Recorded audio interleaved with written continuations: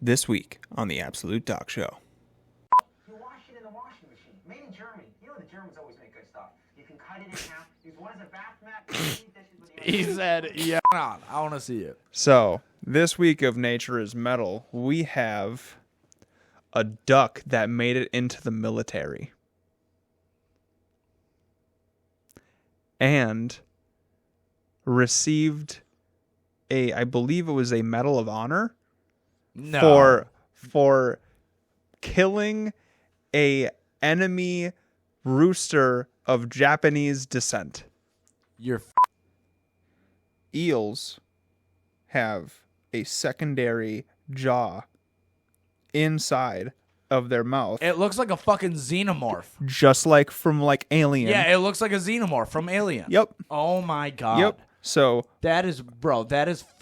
So you will see. Dude, that's fucking nightmare fuel. So you have to think about it. So eels don't. Welcome back to the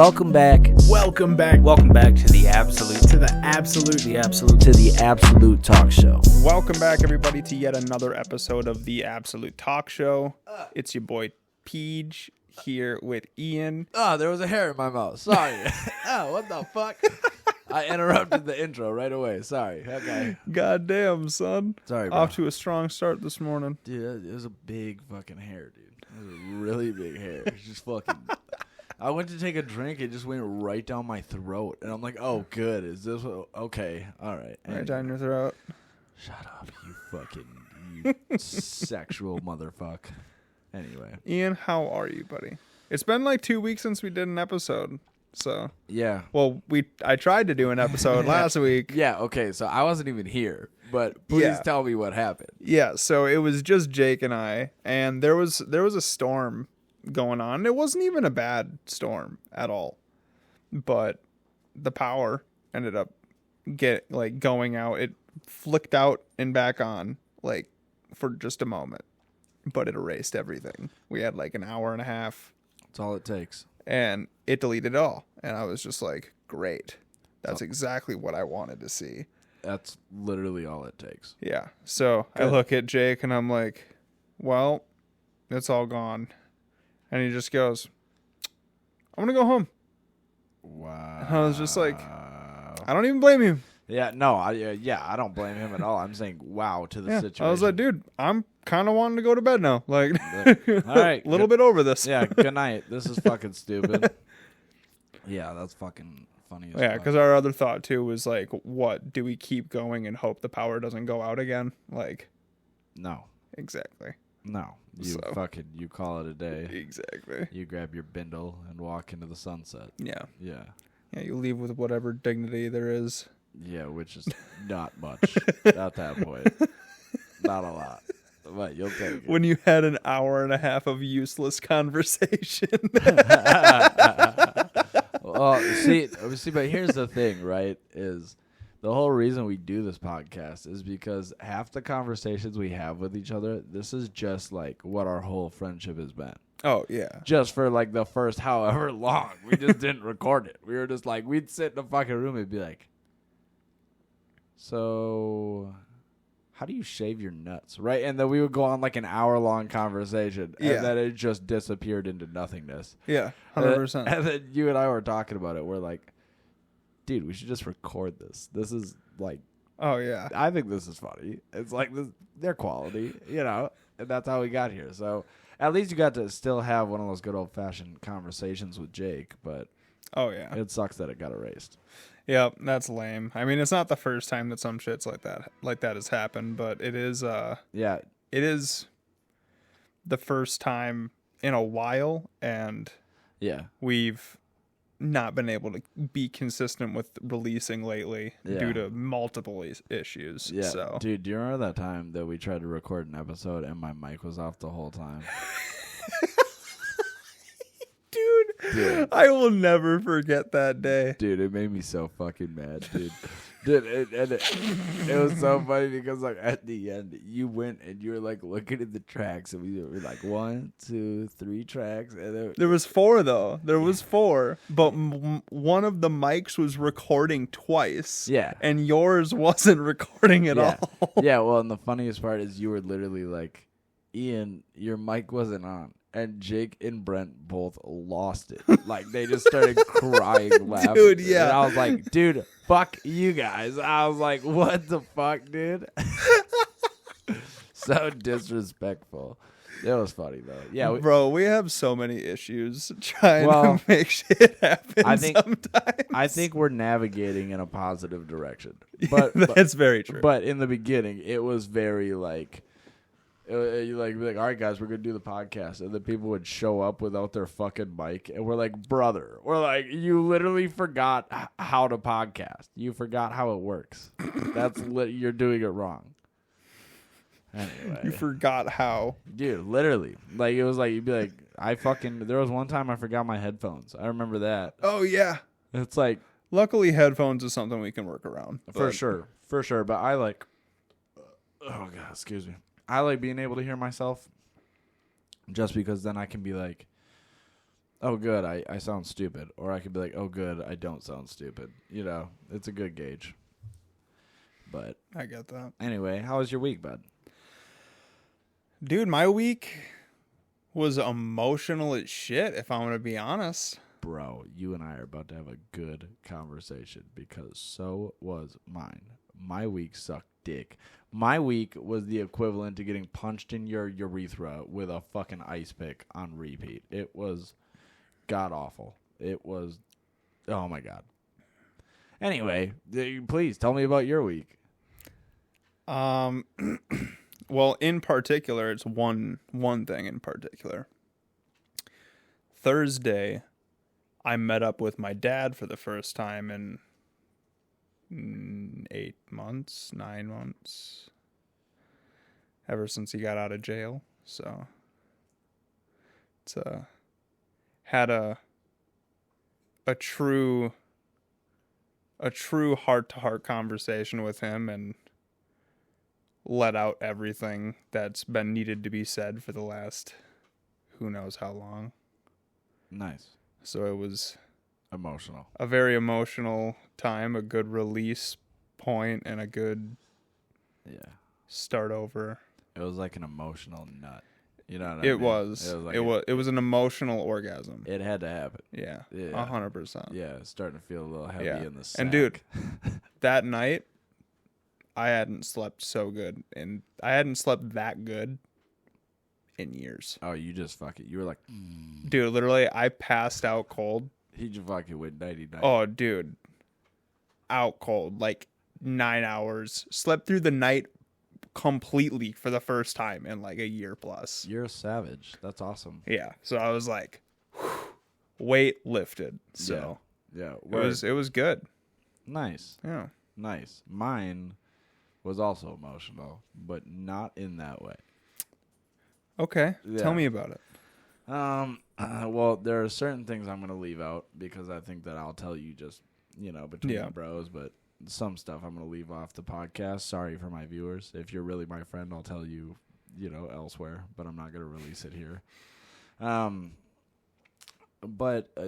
I don't know, dude. I just had like a couple moments where like everything started to feel so fucking panicky and like so like anxiety driven that I was just like having random little anxiety attacks all week, just like just fucking nonstop, bro. And I get that. I was feeling that same way all the way up until Thursday. So, dude, for last months. night was like the first night I like caught a breath in like the past 7 days, and I was like, oh god, I was like, I needed this. So fucked. 100%. I get that. But yeah. One good thing did happen though, and I'll release this on the podcast because this is what you get for listening to the podcast. Little happy, fun little surprise in it for you, bud. And I'll tell you, the other guys don't get to hear it because they're not here, lamos. But I'm almost done with a new song. Okay. Okay. Which one? It's called Change.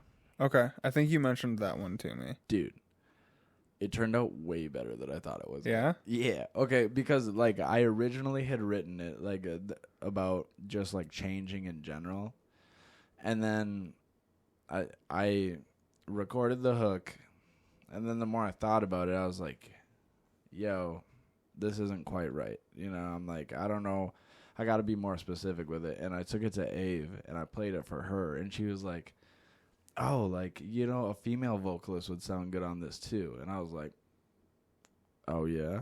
And I was like, prove it. No balls.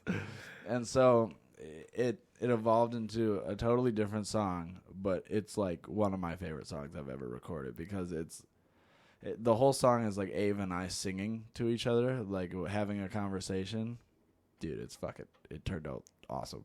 That's awesome, man. It's super good. I'm excited to hear it. Yeah, well, and the Ave was like, she's like super fucking nervous. She was like, I don't want to be a part of it. Like, I'm nervous. I'm like, if you don't do this, you can't be like, this needs a female vocalist and then just not offer. Yeah, I'm 100%. I'm like, what are you doing? You fucking put that in my mind, and now that I'm trying to execute, you're like, Yeah. I don't know. I'm like, no, I'll like, get in there. It's like throwing coals in a fire and telling it not to burn. Like, Right, yeah. It's like dumping gas on a fire and then being like, all right, put it out, Billy. It's like, what? It's like, dude, shut up. It's like, I just watched you ignite that fucker. What? Yeah. No, dude, it turned out great, and it's not quite done yet, but, dude, it's, like, one of my favorite songs I've ever made. It turned out so cool. It's not the most, like, complicated song, but just as far as, like a well-written, like, beautiful song, yeah, it's one of my favorite songs. It turned out, sick. Super sick. Hell yeah, man. That's awesome. Yeah, and Abe's like, are you going to release it? I'm like, yes. I'm like, yes. I'm like, we'll just put it, we'll give you some random cool rock star name so nobody knows it's you. And there you go. Like the only ones that will know that it's her are the ones that have listened to this podcast. Yeah, there you go. Yeah, let in. You guys have been You guys have been let in. Yeah. No, dude. Yeah, I think you'll like it, and I think that anybody listening to this, especially if you like kind of like love songs, like, yeah, this is like a very much so a love song, like a piano ballad love song. It's super good. But anyway, yeah, that's the one good thing that happened this week. So, yeah, well, I shouldn't say the one. I had multiple good things happen this week. When you get so overwhelmed, The highlight. yeah, I feel like you get so overwhelmed that sometimes it's easy to just miss how many good things are around you. You know what I mean? You're just like, right. Oh yeah, 100%. Yeah, that's me in a Well, nutshell. If I'm thinking right, this is the last episode before I move. Yep. I move in, well, I guess when this episode comes out, it will be in 6 days. Fuck yeah. Yeah. But as of today, I move in 10. So. Word. So, and I know that you're not big on horror films, right? I watch them. Okay. Jamie has been like getting me into them a lot more. Yes, Jamie. Marry her. Yes, Jamie. Yes, bitch. Yes. We watched X last night. Dude, I fucking hate X. Yeah. I literally wasn't the biggest fan of that one. I literally brought it up on the last podcast. You know Yeah. what I'm talking about? Because that main chick without the eyebrows, Yeah. that's who was in Infinity Pool. That's who I'm saying every movie I fucking see with her, dude. I'm just like, I can't watch them anymore. She's in X. Literally. Are you talking about the girl that had like the blue eyeshadow the whole movie? Yes. Yeah. Yes. So she plays obviously the girl in the overalls and the old lady. Yeah. Which is wild. Yeah. Yeah, and bro, I'm telling you, it's like the weirdest. And again, like, you might be able to relate to this, especially watching X so recently. Mm-hmm. Like, you know what I mean? Like, I was saying this about Infinity Pool. She's a great actress. Like, Yeah. There's nothing wrong with her acting ability. No. It's the plots. It's the movies are, like, fucking weird. I'm like, put her in, like, a normal role where she can succeed. Because they keep dishing her to, like, shitty roles. And I'm like, yeah, no wonder she's not getting attention. It's not her. It's the fucking people that are writing for her. I can totally see that. Because I watched it like literally yesterday, and yeah, which by the way, that one random like little innocent chick in the movie who's all of a sudden like, I want to do a scene. It's like, bitch. Jenna Ortega's character. Was that Jenna Ortega? Yeah. Oh, yeah. See, I watched it so long ago, like I don't even remember any of the actual actors. Yeah, that was Jenna Ortega's character. Yeah. Yeah, you know what I mean though? It's like, dude, what a curveball. Just like, I want to do it. And her boyfriend's like, what? Dude. Yeah. And by the way, you got to feel bad for that dude. Oh, yeah. It's like, oh, dude, watching it immediately, I was just like, fuck, dude. Like, yeah. Doesn't it just crush you? Yeah. You're like, yo, what the fuck? Dude, yeah. my man's getting cucked and being forced to record it. Yeah. I'm like, what, dog? Shut up. 100%, dude. That's crazy. Yeah, and then he gets the brutally murdered. Spoiler alert. He gets brutally fucking Dude, murdered. It's very savagely murdered. Like, yeah. Yeah. And I can't remember. Is X the one where she feeds old man to a croc? Or somebody else to a croc? No. X is where she just, like, kills all the teenagers. And then Yeah. Yeah, okay. So there's another movie that she stars in then, and that one that I'm thinking of must be Pearl. That's a different movie she's in. One of the girls did fall in the lake and get eaten by a croc.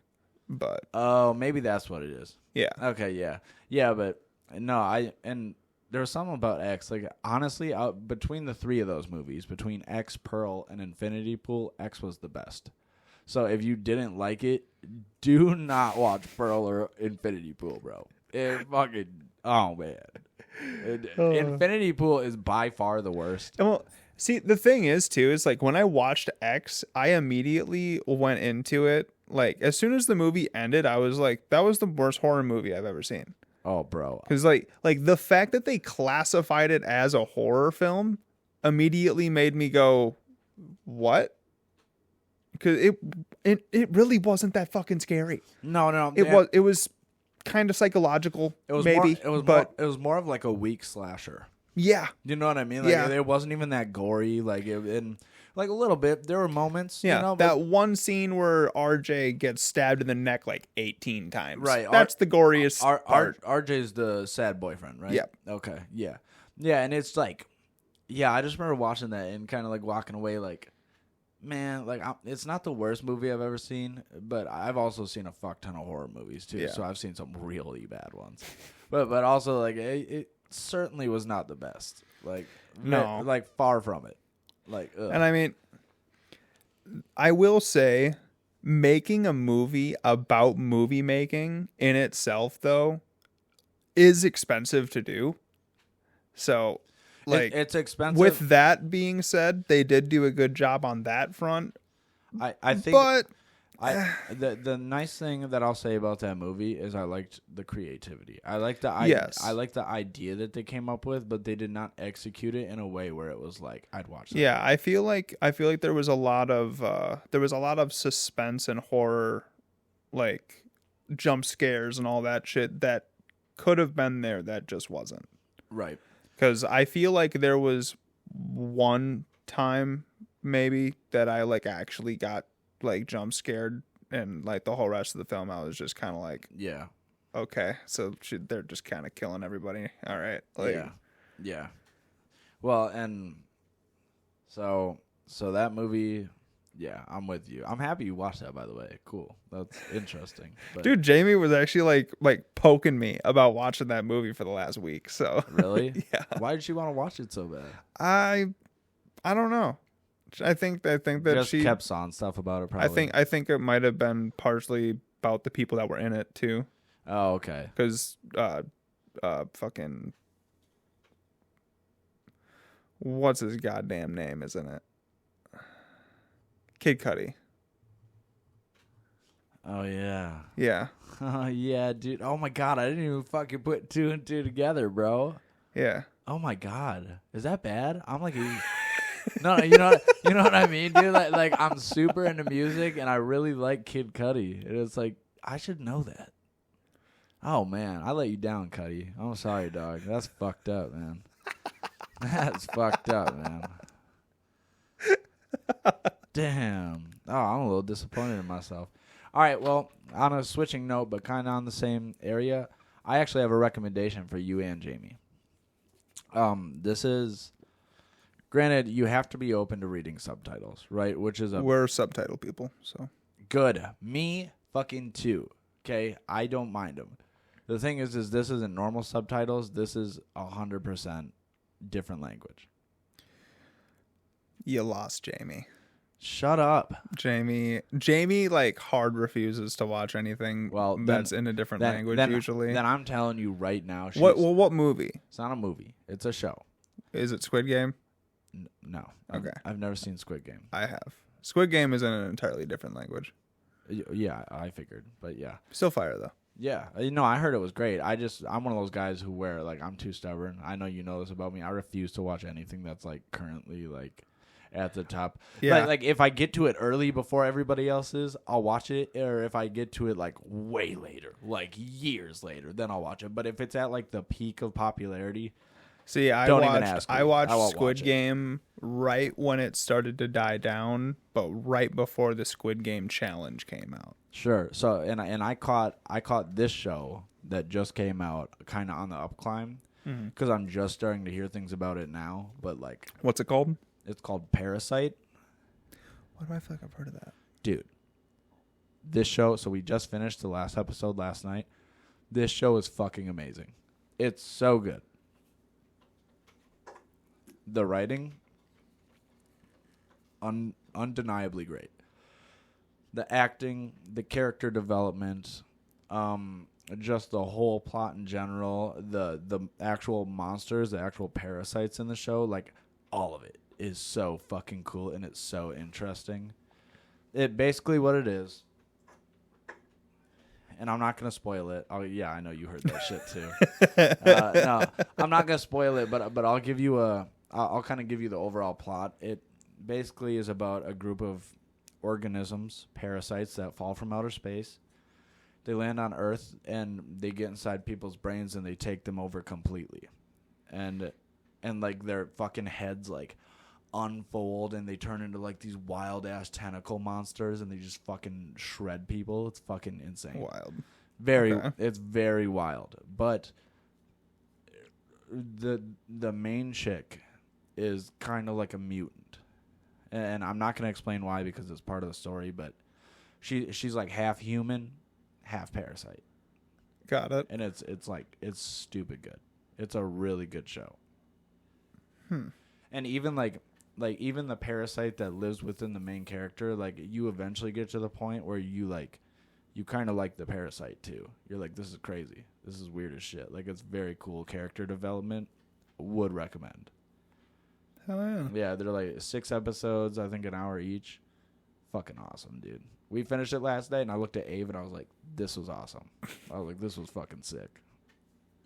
Hell yeah. Dude, have you watched the new Fallout series? Dude, I have not seen it, but I've seen like still shots of the characters and the fucking makeup looks insane. Dude, I finished the whole series. It's amazing.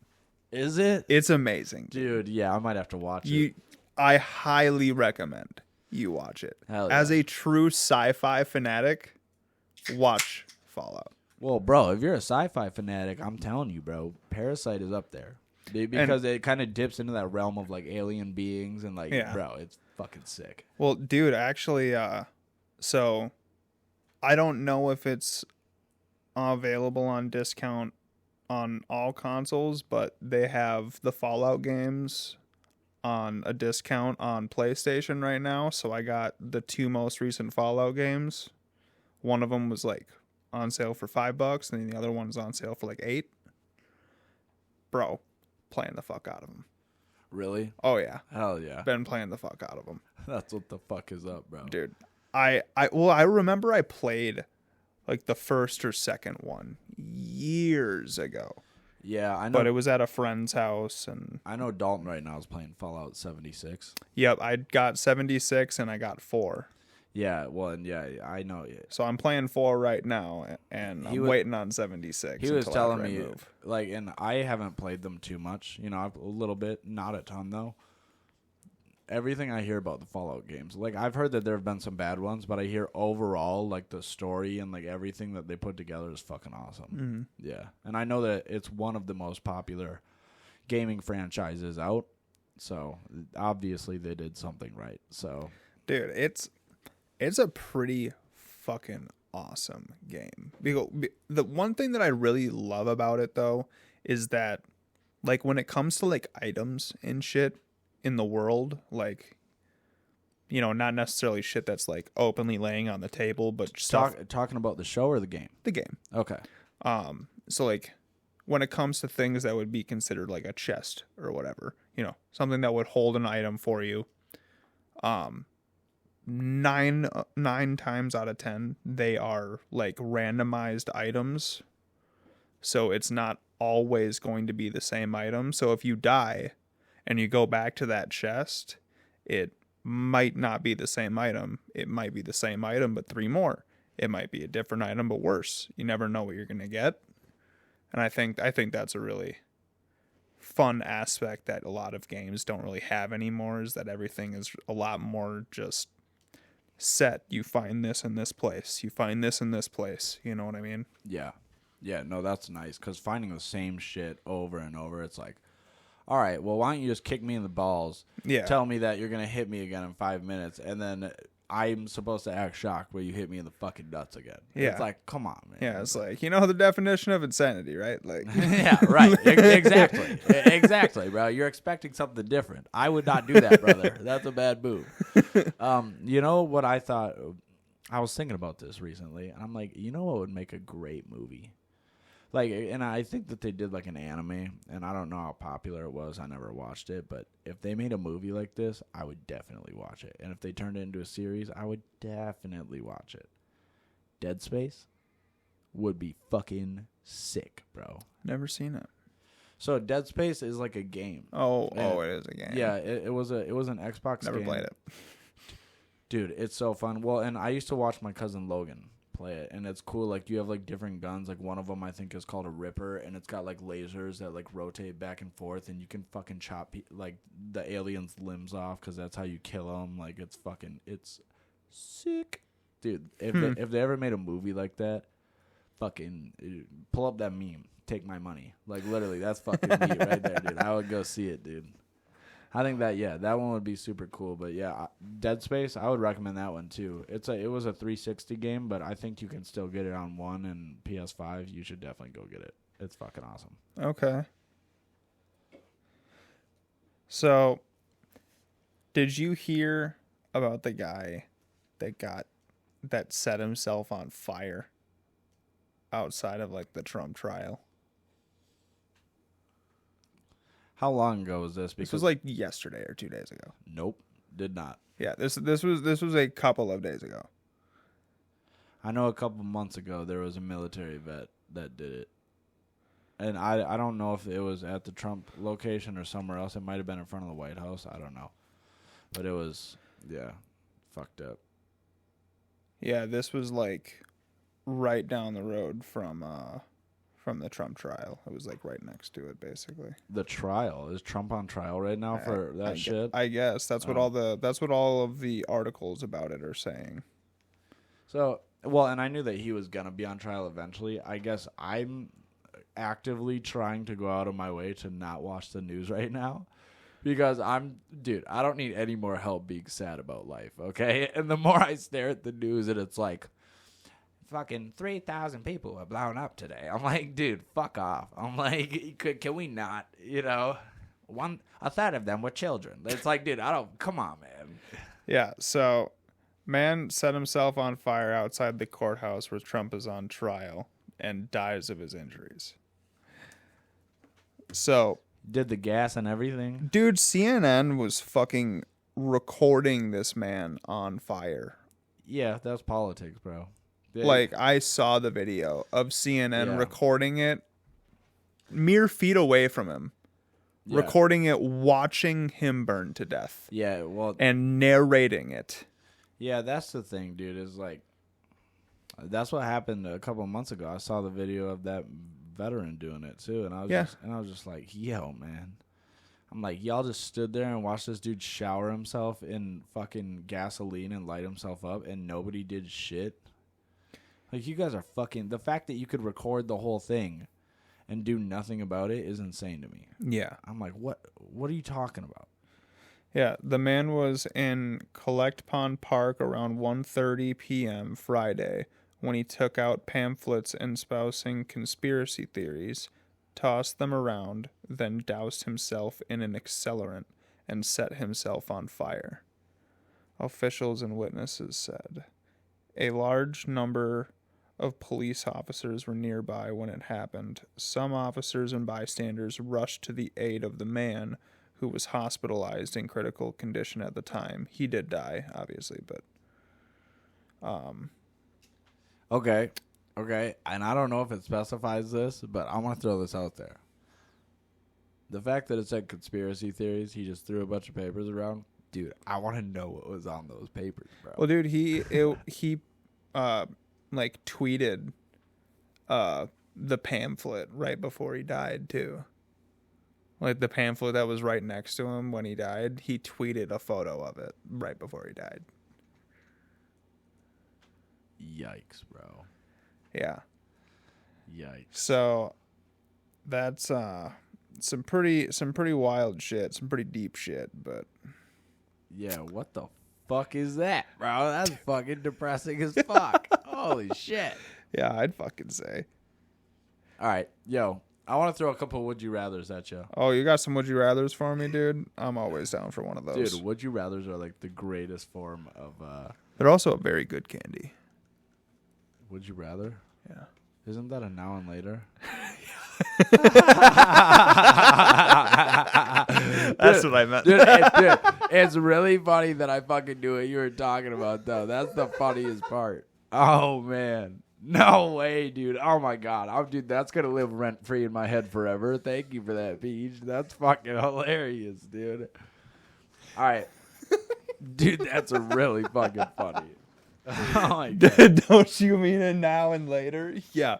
That's exactly what I meant, actually. He's like, shut up, dick. You know what I meant. That's exactly what I meant. Okay, so would you rather be stuck in a romantic comedy with your worst enemy or in a horror movie with your best friend?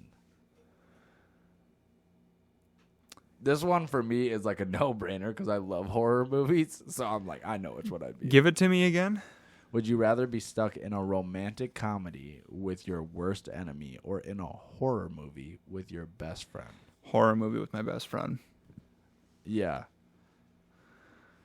Yeah. Yeah. 100%, bro. Right? Yeah. Because it's like, dude, in the romantic comedy, dude, I'm gonna be miserable the whole time. I'm gonna hate my life. Yeah, Right? the whole time. At least with my best friend, Yeah, I can make a good joke, or they can make a good joke, and we might die, but bro, I'm gonna die with my brother laughing, bro. Like, that. But honestly, I tell you what, if I got my boy with me, and also I feel like I got a much better chance. yeah, right.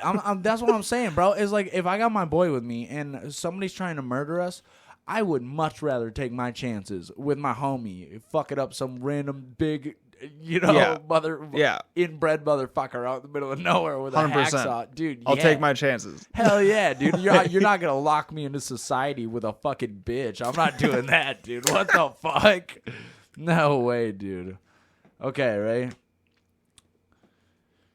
Would you rather a ding sound every time you wink or a pow pow sound every time you make a finger gun? I think the wink. Yeah, dude, wink for sure, dude. Dude, the pow pow would be cool, but you could only do it so many times before people were like, that's dumb. Dude, this shit right here. And, dude, you do it in a school? Yeah. Yeah. You're probably gonna get tackled. Dog. Yeah, Like, probably. Yeah, you are definitely doing that. yeah, I'm definitely going with the wink. Would you rather kiss everyone you meet or never kiss anyone again? Oh God. Kiss everyone or kiss no one? Everyone or never again. And for the sake of this one, we'll say kids are excluded because that's just a weird fucking dynamic. That's gonna change it exponentially. That's a good good good thing to throw in there. Right. Because I was like, this feels like a trap.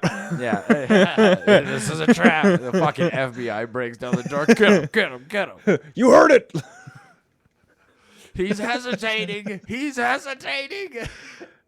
Dude, I want to say no kiss ever again. I know, but it would be really hard. But I'm with you. I could never kiss everybody I meet. Yeah, like, oh, dude, the diseases you could possibly get. not could, would. The diseases you would get. You more than likely are. Eventually, you're gonna run into somebody who's got some herpagonisyphilades, and then you're fucked. Yeah, 100%. Yeah. You know what I'm saying, dude? Seriously. Okay. Would you rather be a cowboy riding the bull, or a clown, or the clown who distracts it? Say that again. Would you rather be the cowboy riding the bull, or the clown who distracts it? Like the rodeo clown. That's a real good question. I think they both have their own faults. I'm going to say the clown, though. Yeah, me too.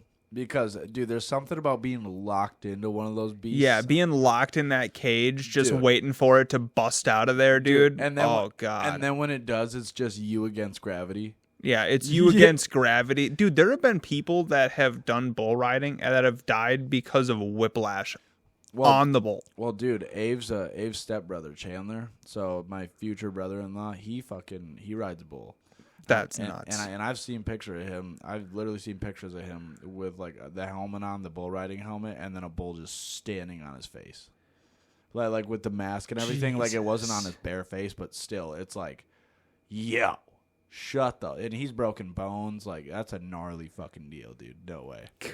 Yeah, I'd rather be the clown because at least I know, like, my only job is to evade that motherfucker. I don't have to touch him. Nothing. Yeah. I just got to get away, right? Yeah, I can do that. 100%. Okay. Yeah. Run. I'm good at running. Yeah. Like I can do. I'll tell you what. I'm not super athletic, but I can juke. Yeah, bro. I'll break some hooks. Yeah, dude. Don't fucking think I won't, dude. I'll fucking snap. I'm out of there, dude. Yeah. Okay. All right. I got one last one for you. Would you rather never get lost again or never lose your balance again?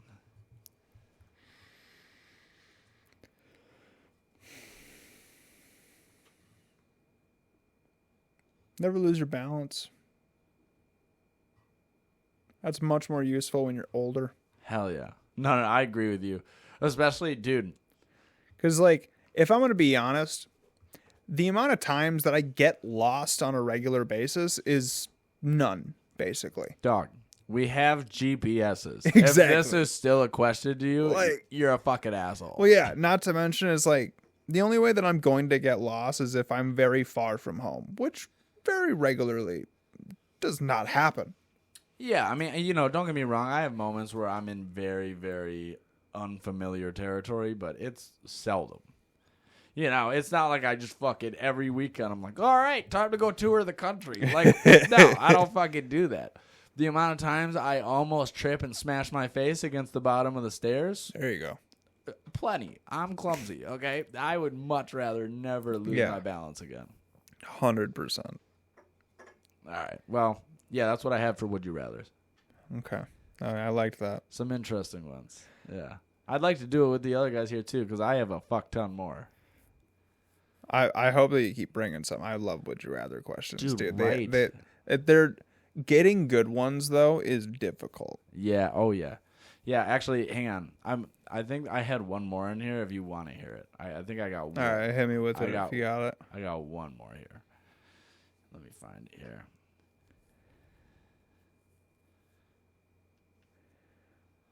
Hang on.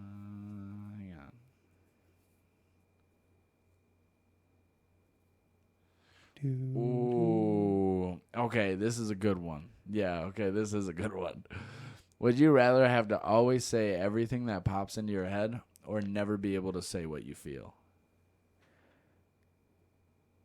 Would you rather have to always say everything that pops into your head or never say anything you feel? Correct. I'd say everything. Yeah, bro. Yeah, because you might be a dick, but at least at least I'll be honest. Yeah, dude, right? Yeah, okay. Like, yeah.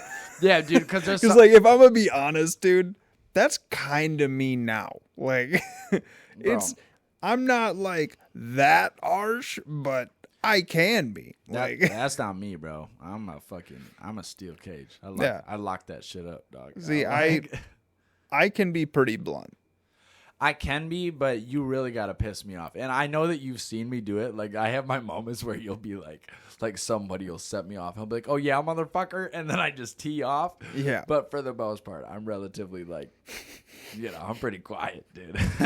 So, yeah, but I agree with you. If I had to pick between either, yeah, I think I would just naturally be like, look at her, she's fat. You know what I mean? Or like, yeah. You know, or like if I saw a kid at the fucking store, like, where the fuck is his parents? You know? I feel like I wouldn't vocally just say like that type of shit though. I feel like a lot of what I would say would just be sounds, like just like yeah, like oh. yeah, grunts of disappointment. Yeah, it would just be various grunts of emotion. Yeah, dude. Yeah, no, dude, I'm with you. No, I get that. I literally understand, bro. That's me. I do it in my head all the time, dude. Dude, earlier today, Ave did something, and again, this wasn't her fault. It was actually my fault, but we're not gonna go into it. But I pissed her off, and she said something back to me would piss me off, and I do this thing when I get mad where I like laugh like a psycho. I'm like, like that. Like I do that shit. And I get it from my dad because my dad used to do that. He'd be like, he'd be like, go to your room. You know, and I did that. I do that. I did that to her. And she goes, listen here, Dahmer. You're not going to laugh at me like that, dude. And I was like, all right, chill. I was like, shit, yo. It was pretty funny, dude. Dude, that is fucking elite, dude. It was super funny, dude. It was, yeah, dude. Yeah. It literally Listen, you're dying. It literally broke the tension in the room because I literally I laughed. Like I could not. How couldn't you? Yeah, I couldn't be mad anymore. I was like, damn you clever fucker. I was like, so I wish that the guys were here to answer this question as well. But I got to ask. What hand do you wipe with? And I asked this for a very particular reason. Because hygienically, you're not going to want to wipe with the hand you do everything with, but it's more coordinated. Yes. Yeah. But on the other hand, another reason is because the other day I had somebody say to me that you wipe with your left hand. Like, that's just what you are supposed to do. And as soon as I heard this, I immediately started questioning reality, right? Because my mind immediately went, first of all, who the fuck wipes with their left hand? Second of all, even if you're left-handed, Left-handers. I don't understand it. Because 9 times out of 10, the toilet paper roll is on the right side. Not in my house, it's not. Or you reach across to grab that shit. Right, yeah. No, you definitely reach across with the right. Yes. You don't go with the left and then transfer to the right. No. Are you a psycho? No. No, you don't do that. Exactly. No, I'm with you, bro. It's like, oh, what hand do you wipe with? The dominant one. Yeah, what mouth do you talk with? Shut the fuck up. Yeah. What? Hey, what asshole do you poop out of? Yeah, It's right, like, dude. bruh. It's like, bro, please use your It's like, oh, sorry, I forgot to tell you, I'm a South Park character. Yeah, I it's shit like- out my mouth. It's like, please use your face for something useful and don't say dumb shit like that anymore. Nah, dude, fucking, okay, to answer your question, I wipe with my right. I grab with my right. I jerk with my right. I eat with my right. I punch people with my right. I'm a predominantly right-handed man. Yeah, Yeah. I get you. And granted, I have thought to myself before, I'm like, if I do everything with my right hand, isn't that like fucked up? Because I'm like just wiping my fecal mattered ass and then touching everything. But then I'm like, no, because I'm hygienic and I clean my shit, Yeah. and I clean my hands and I wash damn good. It's like, nah, man, nah, we good. Like, what are you talking about? I mean, right? It's a valid question. It's like, what? But I don't know. Do you wash your hands every time that you go to the bathroom? Yes, because it was burned into my brain when I was like 10. because my dad met my stepmom, and it was the first time we had like a woman around like that. I mean, like, you know, like we had like my mom, but my mom was raised on a farm. She's a little bit more lax, but like my dad's wife was not like that. Like, she grew up with women her whole life, so when she came in the house and Brandon's shitting with the door open, you know, she's like, what the fuck? She's like, nah, this ain't gonna happen here, you know. And she burned it into our brains. She's like, no. She's like, you guys need to wash your fucking hands. That's fucking gross. And finally my dad was like, she's right. You need to wash your hands. And we're like, and then it like got to the point where like Brandon would shit, and then he'd leave the bathroom, and my dad would be like, you wash your hands? He'd be like, yes. And he'd be like, come here.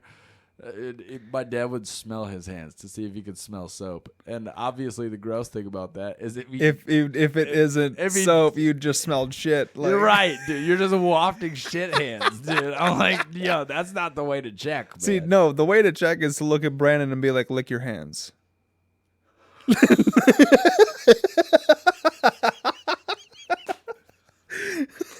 It's so clever.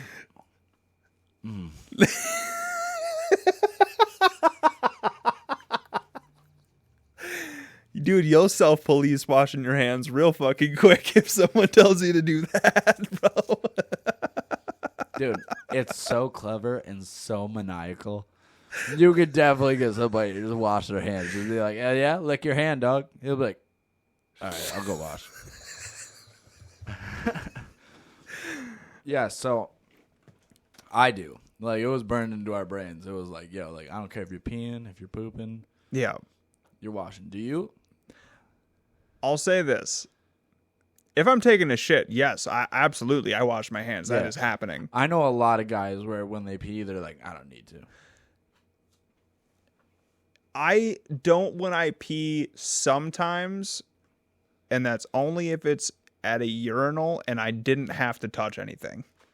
Yeah, I feel like if you're at a public like toilet or like it's like if I'm at like a urinal that has like a sensor flush, yeah, and I don't even have to.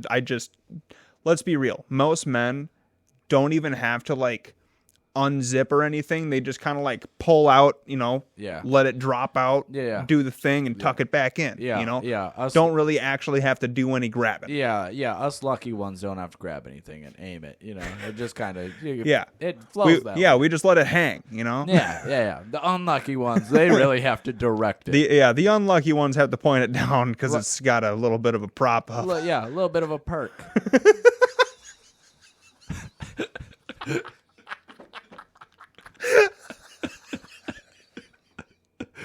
Oh God. Yeah. Yeah, exactly that. I wish that I could do that, but I genuinely after that shit got burned into my brain now it's just like every time. Like I just like 100%. You know what I mean? I got you. And it's like it's probably not a bad thing. But also it's annoying, you know, especially because I wear rings. Like I wear 4 rings, and I don't know if you've discovered this yet. Dude, washing your hands with rings on is one of the most annoying fucking things.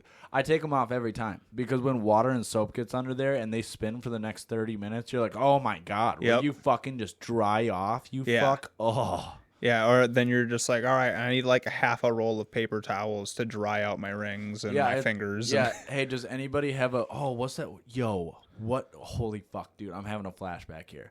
Billy Mays. You know who Billy Mays was? He was the guy on TV that would fucking sell like all that random ass shit. Like OxyClean and shit? Yeah. Fucking, what was that towel? Was it the Shazam? I don't know. Oh, dude, there was a towel that would fucking soak up anything. And it was on one of those infomercials. And I think Billy Mays sold it. What the fuck is that? No, maybe it wasn't Billy Mays. It was a different guy. It was like the same kind of thing that Billy Mays did, but it was a different guy. Look up Shazam towel. ShamWow? The ShamWow, dude. Yeah, dude, that's what you needed to clean underneath your goddamn rings. Was a fucking ShamWow, bro. Dude, look at this shit, dude. Oh my God, dude. 2010, bro. With ShamWow. You'll be saying wow every time you use this towel. It's like a chamois, it's like a towel, it's like a sponge. A regular towel doesn't work wet. This works wet or dry. This is for the house, the car, the boat, the RV. ShamWow 20 times its weight in liquid. Look at this. It just does the work. Why do you want to work twice as hard? It's pretty impressive. It is pretty impressive. Honestly. Bring it out. You wash it in the washing machine. Made in Germany. You know the Germans always make good stuff. You can cut it in half. Use one as a bath mat. Clean dishes with the He said, yo. Bro, yo, they did not just fucking do that. in Yo, this fucking pause. commercial. Pause. Dude, pause, motherfucker. He said, you know the Germans always make good stuff. Oh my god, dude. Oh, God. man. Dude, so many jokes going through my Want to know head. what else the Germans made? Dude, I was gonna say Gas chambers? I was gonna say showers. They make good showers. Oh my god. Fuck, dude. Okay. All right. That's so wrong. Moving on. By the way, the Holocaust is not funny. I gotta throw that out there. It's not No, funny. it's not funny. But the audacity to just be like, we know the Germans make good things. It's like, bro, what are you? Come on, move on, bro. Anyway, yeah, dude. Fucking getting water under your rings, it drove me crazy, dude. In the ShamWow, bro. That's what you need, bro. You need the ShamWow. So, I need to draw your attention to this this nice little chart. So here, give me 1 second here.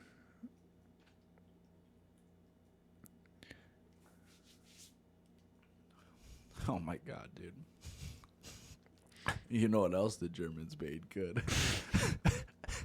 Why is that so perfect though? Dude, it's so wild. It's just like, bro, out of all the things you could have said in that commercial, that's your go-to?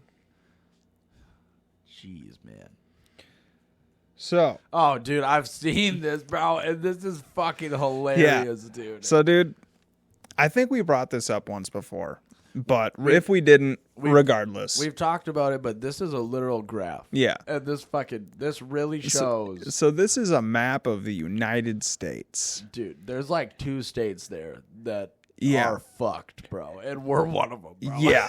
So if you want to join us in looking at this beautiful chart, you can just Google excessive drinking by county in the United States, and it'll be a nice, beautiful white and blue map will show up. Wisconsin, literally, bro. So- it looks like well- there's a white Well, spot. what is it? Is that Utah, though, in white?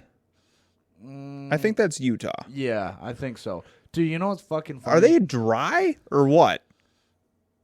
No, wait. Is that Wyoming? I don't know. Look up the fight, dude. I'm not good at geographical shit. Well, no, we need to know. Yeah.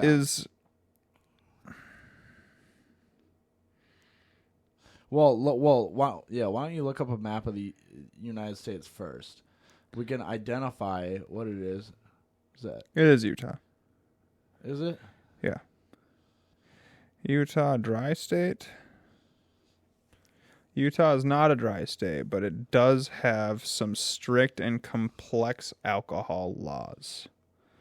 The state is a control state, which means that the state believes moderation can be best achieved by controlling the consumption of alcohol rather than promoting or encouraging it.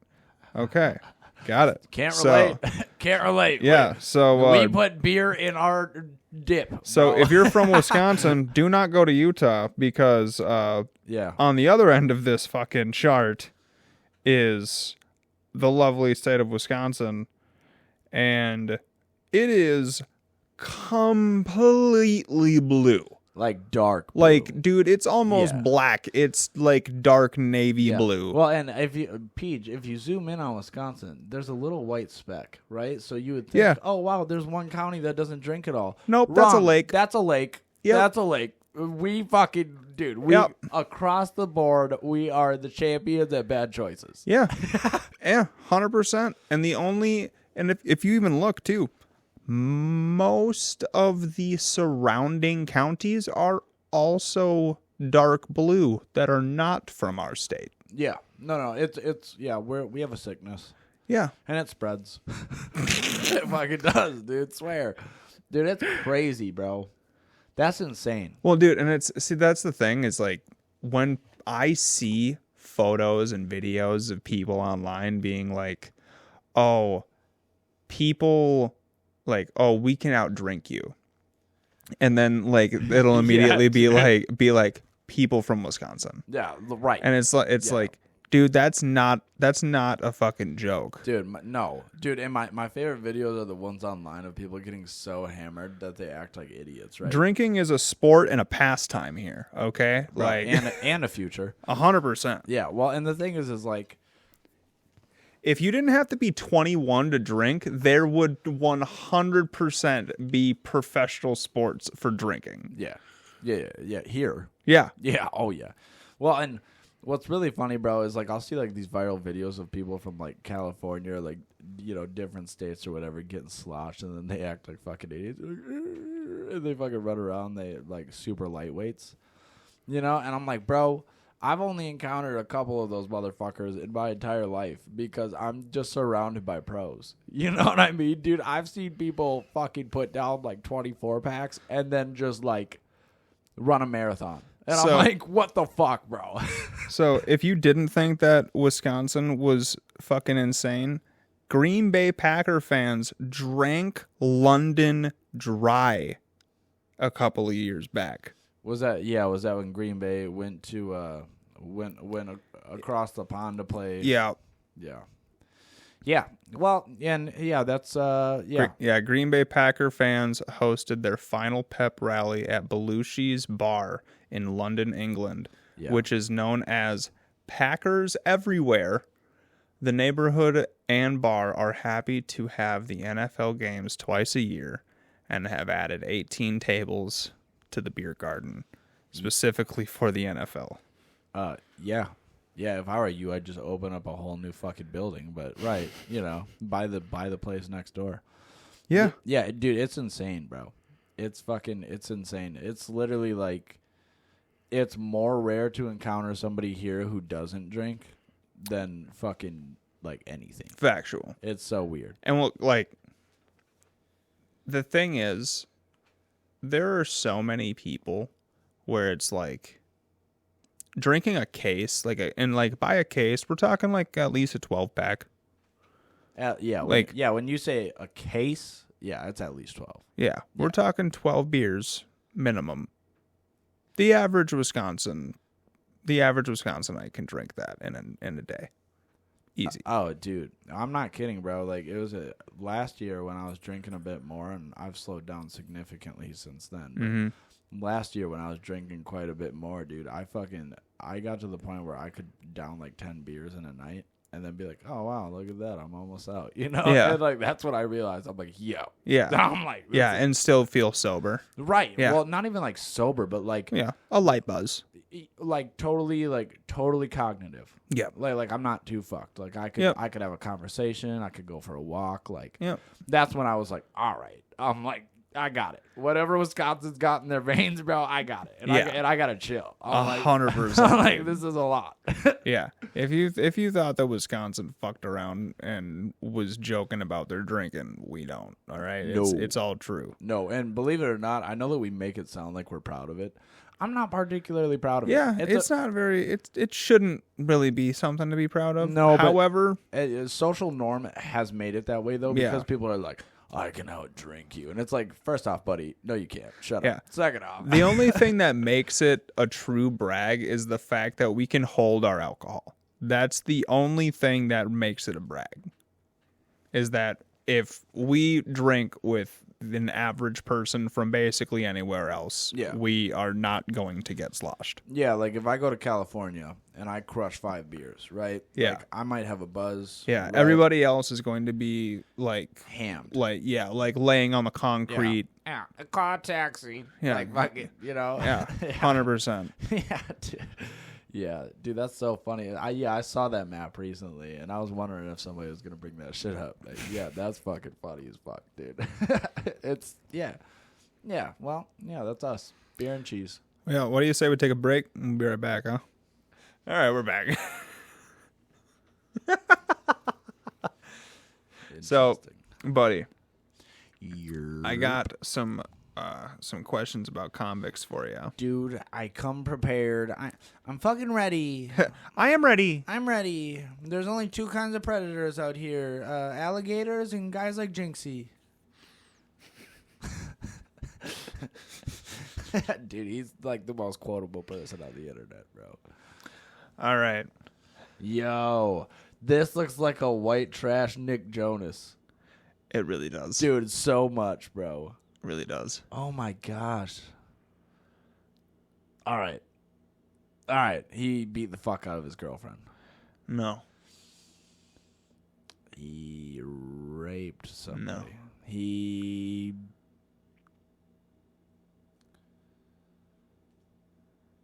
was it a stupid crime? I mean, all crime is stupid. Yeah. But how stupid? Like, was it? oh, bro. Was it This is dumb, but also common? gross and disturbing. Oh, really? Yeah. Is it sexual? Yeah, kind of.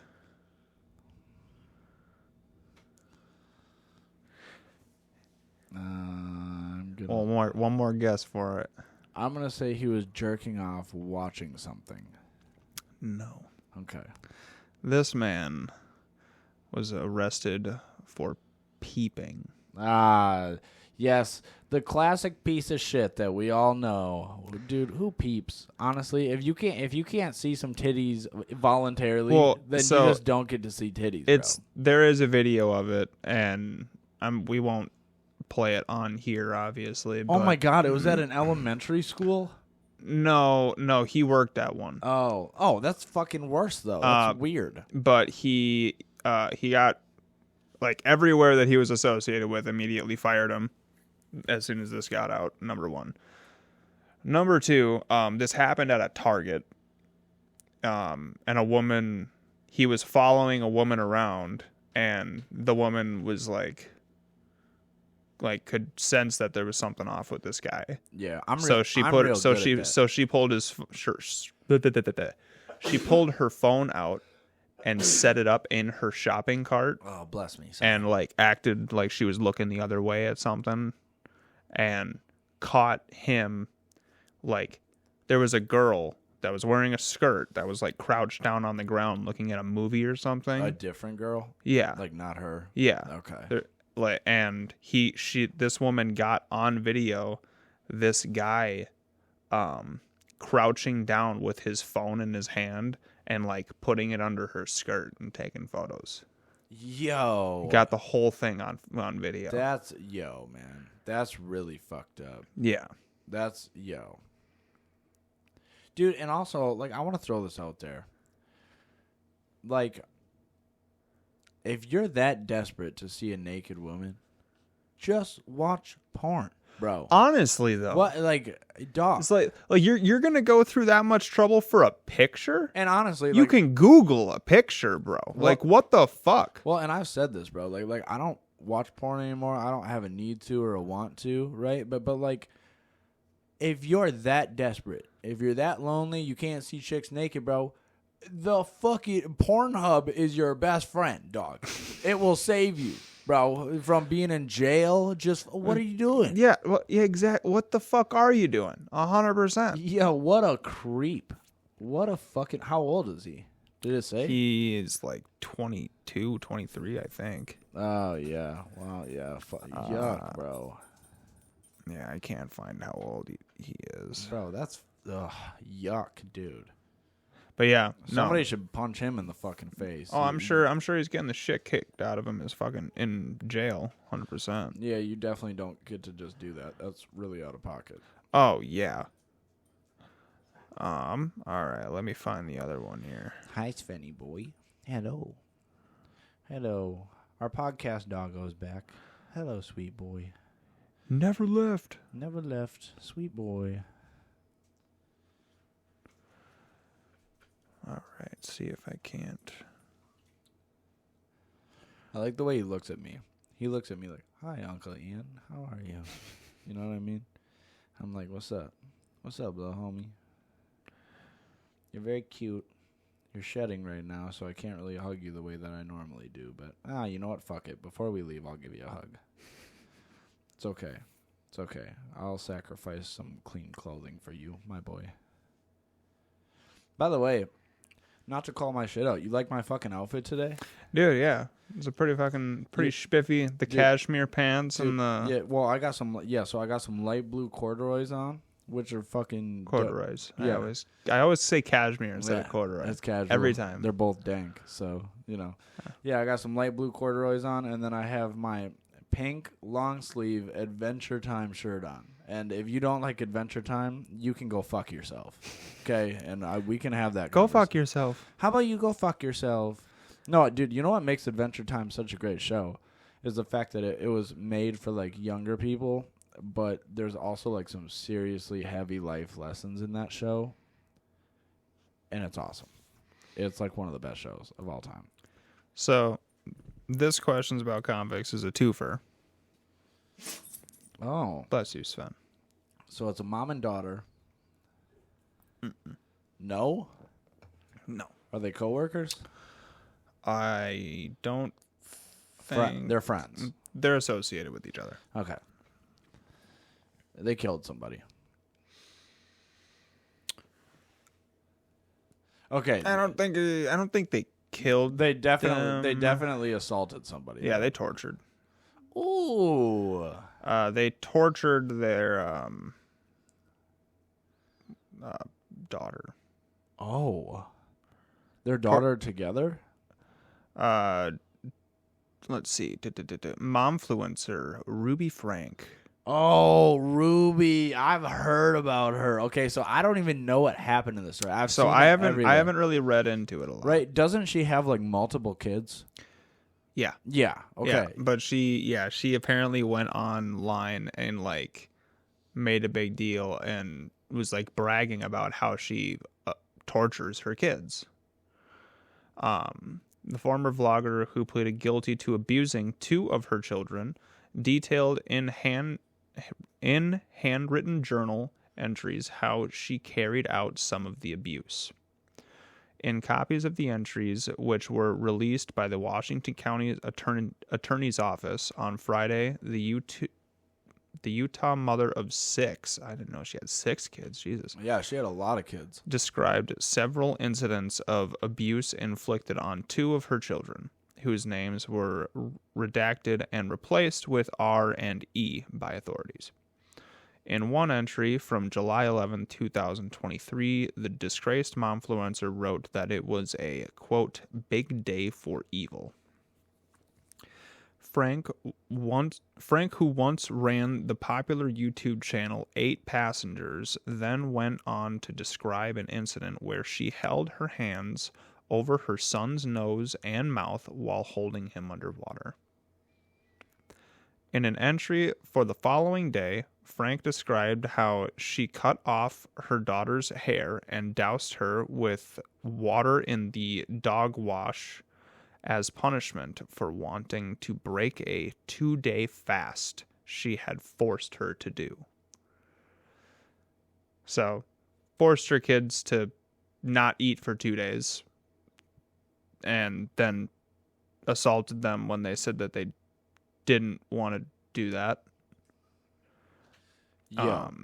Yeah. So it just keeps going. So and you can leave it right there on that quote because I'm gonna read that in a fucking second and I'm gonna explain to you why that's fucking insane. As if you couldn't tell by holding your fucking kids underwater and covering their mouth and nose. I'm telling you this, okay, as a parent and just as a human being. If I ever find out about anybody local near me doing this to their children, I will go to jail. I will come to your house and beat the fuck out of you. Yeah. You don't do that to your kids. Look, and I also agree that to an extent parenting has gotten soft. Like people let their kids get away with murder. Yeah. I'm not saying don't punish them. You know, put them in their room. There's a time for gentle parenting, and then there's a time for stern parenting. Yeah, but that's not gentle parenting. That's not stern parenting. That's abuse. Exactly. That's straight up like you're manhandling children. And by the way, you're bitch handling children because she's not a man or a woman. She's a cunt. But you don't fucking do that to your kids. Yeah. That's fucking crazy. And also, here, this is a quote from her, it looks like. It says, The selfish children who desire only to take, lie, and attack have zero understanding of God's love for them. Hey, bitch, I don't know if you fucking know this. They're kids. Yeah. That's what kids do. Yeah. Guess what? Kids are selfish. Yes. Kids take. They're kids. My son eats every goddamn snack in my house. Do you think I beat the shit out of him for that? No. You know why? Because he's a fucking kid. Yep. Okay, now, am I over time going to have to teach him, hey, let's think about other people. Maybe we should not do that. Maybe, and am I going to have to guide him in a way that's accurate? Yes. But the audacity to be like, he should know. Yeah. He's a kid. Shut the fuck up. Are you insane? Yeah. Oh, my God. That's, bro, so what? Did she go to prison? Yes. Because I've seen shit about her, but it's been a while, and I never really found out what happened to her. So Frank and her business partner, Jody Hillbrandt, which is the other woman in the photo, as you saw, Yeah. who ran the controversial parenting YouTube channel, Connections, with an X in the middle. Connections. They ran that together, were arrested in August of 2023, and both charged with 6 felonies after Frankie's 12-year-old son escaped from Hillbrandt's home in Ivins, Utah, and sought help from a neighbor. I think I heard some shit about her starving her kids. I think I heard about the story as well. I think she locked some of her kids in dog kennels in the basement and shit too, random shit. Maybe I'm thinking of a different story, but either way, just based on the few things you've told me, dog.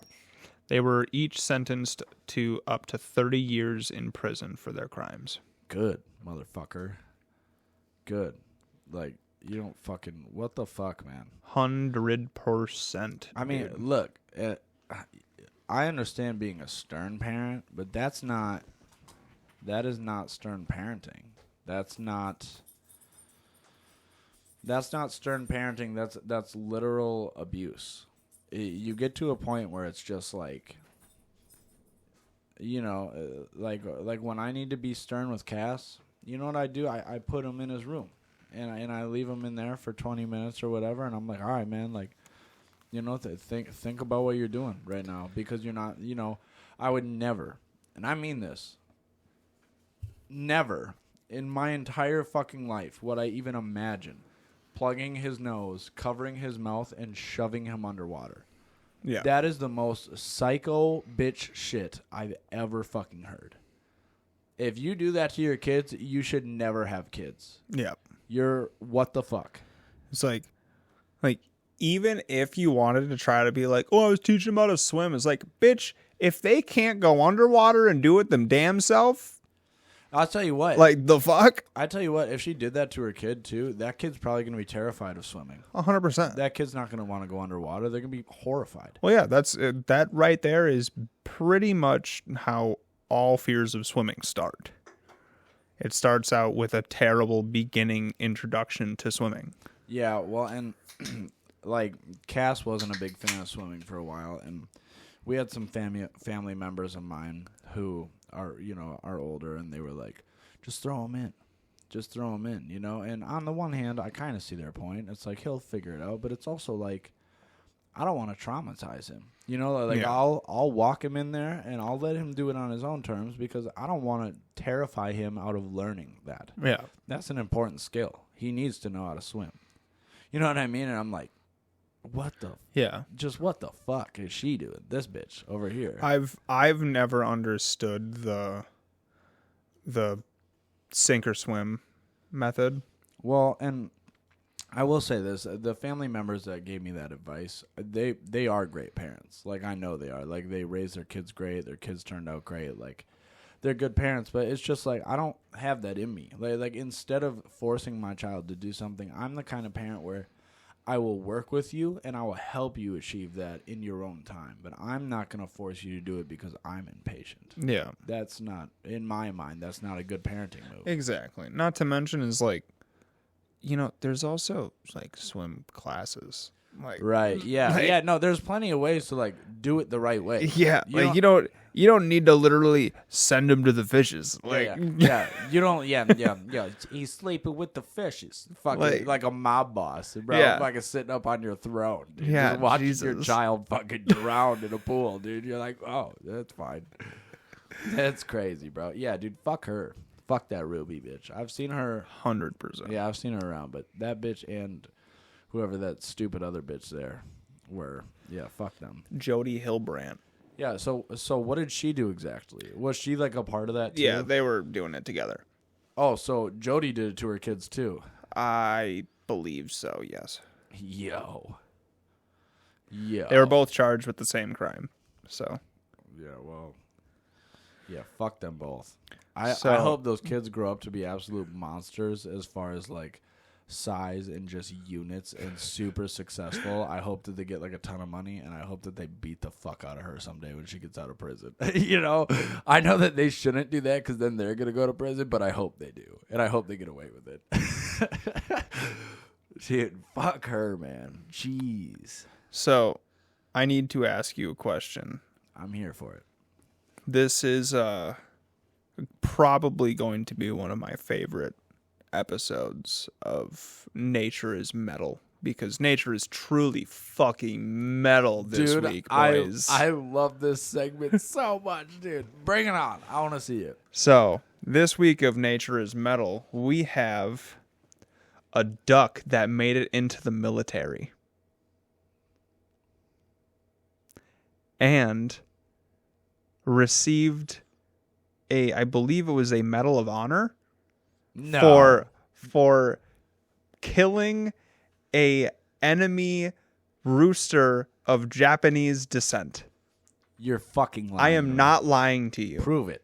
I am not lying to you. Bro, Here is the story. So, the Marine who was a duck. Yes, an actual duck. On November 20th, 1943, 18,000 Marines were met with withering fire poured out by elite troops of the Imperial Navy's Special Naval Landing Force. The attack on Betio, the largest and southernmost island in the Tarawa Atoll, required a direct assault on the backheads by U.S. Marines. On that day, alongside those Marines, clutching the beachheads amid a lethal hailstorm of mortars, machine guns, and rifle fire, was a duck. Won in a raffle at a New Zealand pub by Sergeant Francis Pappy Fagan. The duck was given the rank of sergeant and named Seawash after Sergeant Jack Seawash Cornelius of Saget County, Washington. According to the Marine Corps chevron, Cornelius acquired the nickname due to it sounding similar to his home county's name.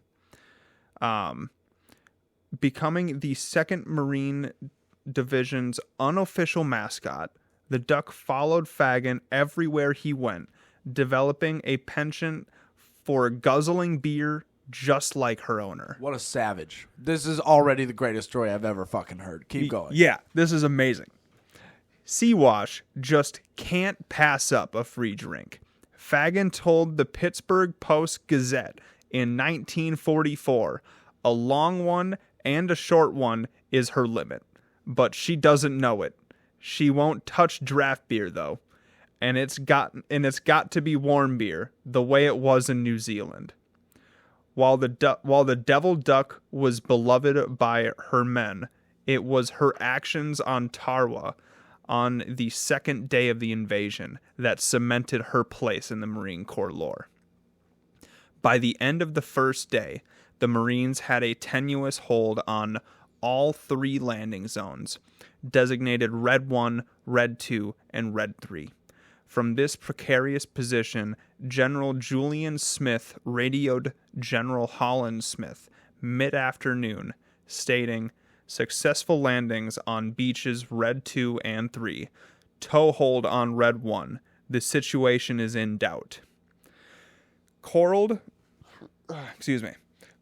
onto the narrow beaches, no units had penetrated more than 70 yards inshore. By nightfall, being driven back into the sea was a legitimate threat. Protected by coral reefs, the flat, small island was one of the most heavily fortified in the Pacific, and because of the island's geography, the nearly 5,000 Marines would have no immediate room to maneuver. For the Duck, however, the situation was never in doubt.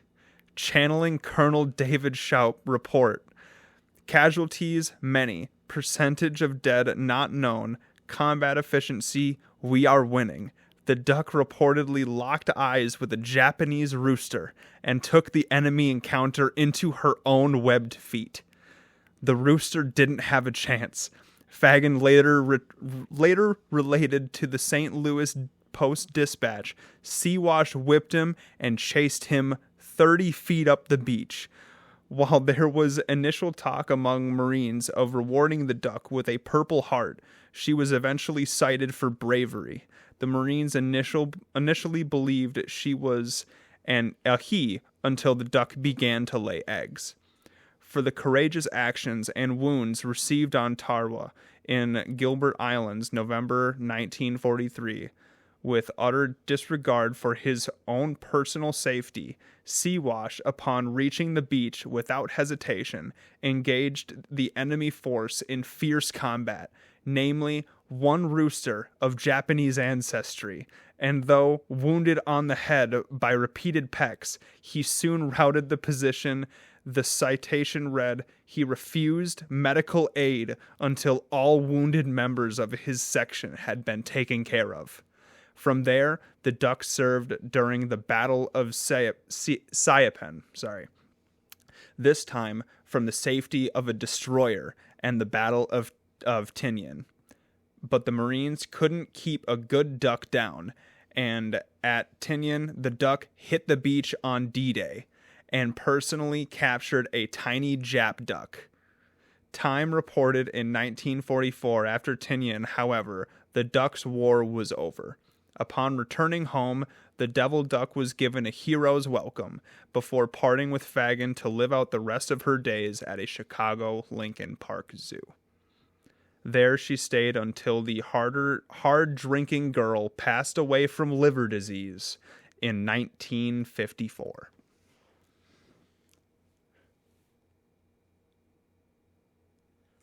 Dude, I literally don't know what to say. That duck is the most gangster fucking duck of all time. Dude, I'm saying. That is literally the most gangster shit I've ever fucking heard.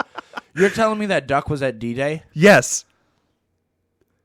Dude, I'm leaving.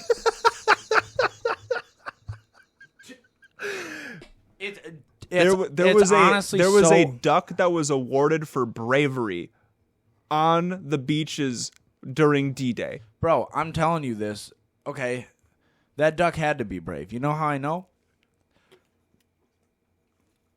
Bro, Normandy, D-Day is one of the most notorious war, what's the word I'm looking for? It was just one of the most memorable parts of war in American history. It was just super fucking intense. It was horrible. Yeah. It was a fucking slaughter just across the board. There was so many fucking people died. It was fucking horrible. The fact that a fucking duck, stood its ground at fucking D-Day, it was just like, I ain't going. And lived. Bro, I ain't going nowhere. I'll go home and slam a couple beers and I'll come right back, bitch. That's the most gangster shit I've ever heard, bro. Dude, that fucking, yo. Oh my God. 100%, dude. Dude, I've never wanted to hug a duck before, but I'm like at the point now where I'm like, yo, find me a duck. I need to give a duck some love, bro. That's crazy. Well, if you did want to hug her, though, her body was later stuffed and presented to the National Museum of Marine Corps in Triangle, Virginia. Here we go, bud. Here's what we're going to do. Field trip. I'm going to see this fucking duck, bro. Dude, I'm going to see this duck, bro. That's the most legendary shit I've ever heard. And also, for my ladies out there, don't ever let a man fucking tell you that ladies can't be tough. That's the most gangster shit I've ever heard, and that was lady duck. 100%. Bro, Dude. get the fuck out of here. I will say, though, like the one... I heard this story originally from a clip of another podcast, and they did make a pretty fucking hilarious joke about, like, we're talking a duck against a rooster here, right? Like, come on. Like, if you think about it immediately, you would think that the rooster's got that shit. Yeah. Which makes everybody immediately go, nah, dude, somebody looked over and saw that duck losing and tapped that fucking rooster, bro. Like, Either that or that's one gangster fucking duck. dude, I'm going with that's one fucking gangster duck. Yeah, just for the story, I'm going with the fact that duck came to throw wings, bro. 100%. That's Dude, crazy as fuck, dude. Yeah, won the duck in a card game at a bar, Dude, in New Zealand. Dude, this literally makes me so happy. Dude, I've seen so much bad stuff in the news lately.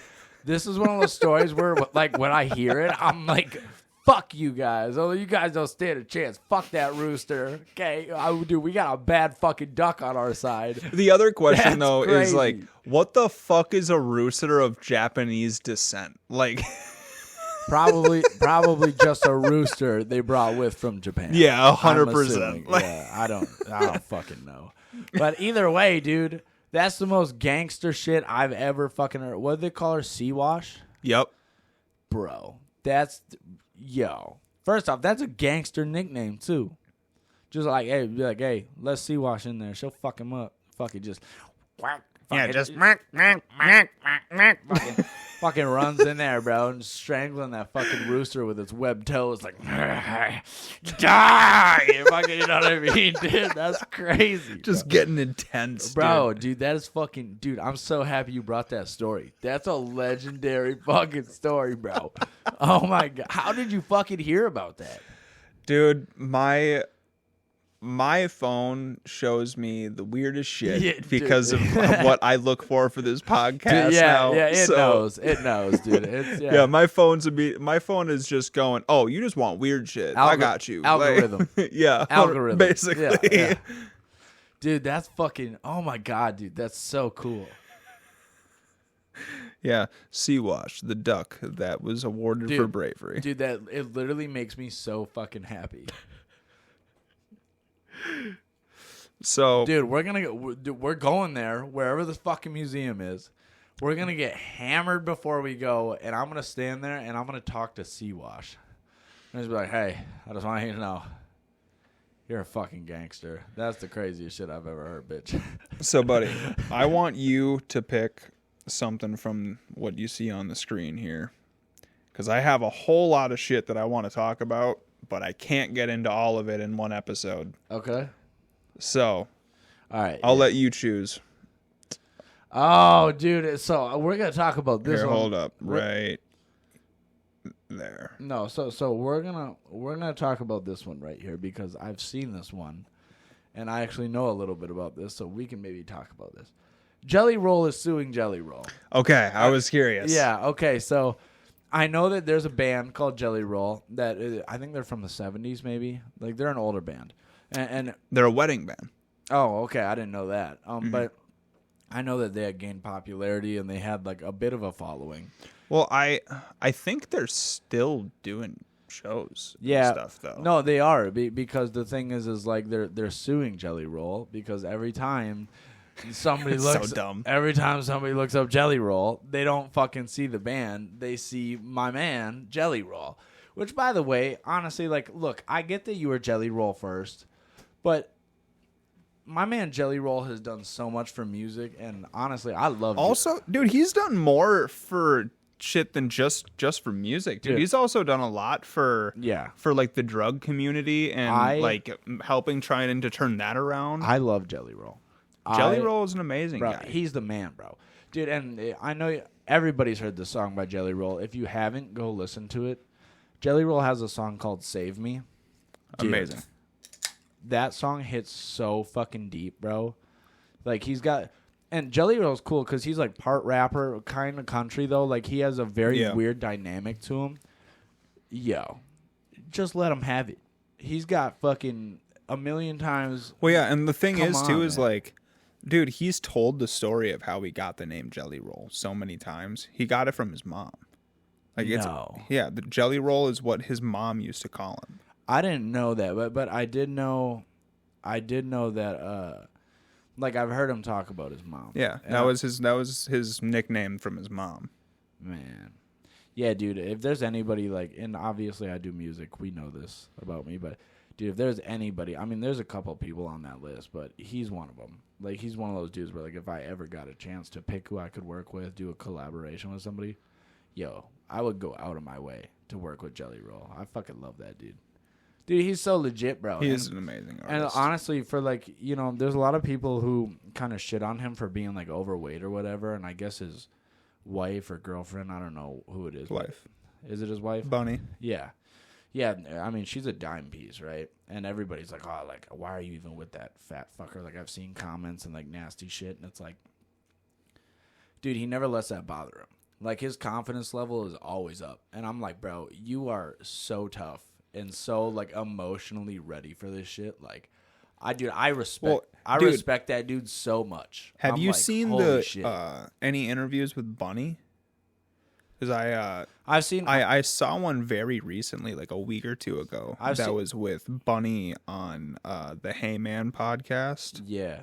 Yeah, I've seen a couple with her, but for the most part, I like to look at Jelly Roll's perspective on things.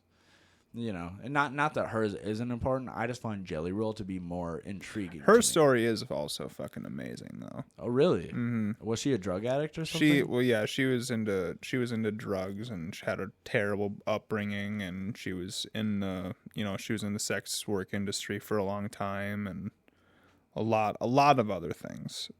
So, like, nothing that I have the justification to truly talk about, because I don't know her story nearly as well as I should to be able to say it. So. Yeah, you're just kind of... I'm paraphrasing on it, but... Sure, yeah. No, I mean, look, man. When I first heard Jelly Roll, I was like, yeah, he's all right. You know what I mean? Like, it was nothing special to me, but then the deeper you dive into that guy, 100%. You're like, whoa, dude. Dude, my mom loves Jelly Roll. Dude, Jelly Roll's the man. Yeah, 100%.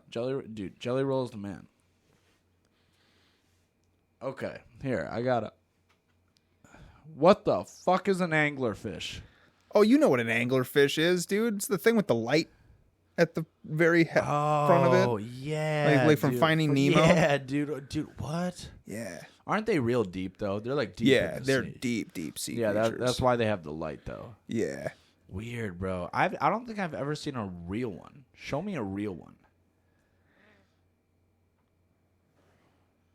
Oh, dude, get the fuck... No, dude, never. Oh, my God, they really got them big-ass teeth, too, huh? Yeah, dude. No. Those things are terrifying. Dude, oh, my... Shut the fuck up. Bro, no, dude.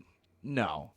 You ever want to watch me punch a fish in the fucking head, dude? Fucking throw one of them fuckers at me. That's crazy. Dude, so speaking of sea creatures, you want to know some crazy, scary shit that I found out about eels the other day? Yes. Wait, like electric eels? Or just eels in general? Because just eels in general. I know that there's a lot of like subspecies. Some of them electric, some not. Like, very weird. So, eels have a secondary jaw inside of their mouth. It looks like a fucking xenomorph. Just like from like Alien. Yeah, it looks like a xenomorph from Alien. Yep. Oh my God. Yep. So that is, bro, so you will see, dude, that's fucking nightmare fuel. Well, you have to think about it. So eels don't have a way of grabbing anything or like, right? Like they don't have a way of truly ripping things apart because they're not very big animals, but they do eat meat. So they grab like a fish And here, let's see if I can get a short video here for you. But they grab a fish, and then in order for them to eat that fish, they have the second jaw grab it from inside its mouth and pull it inside of its mouth further so that way it can eat it.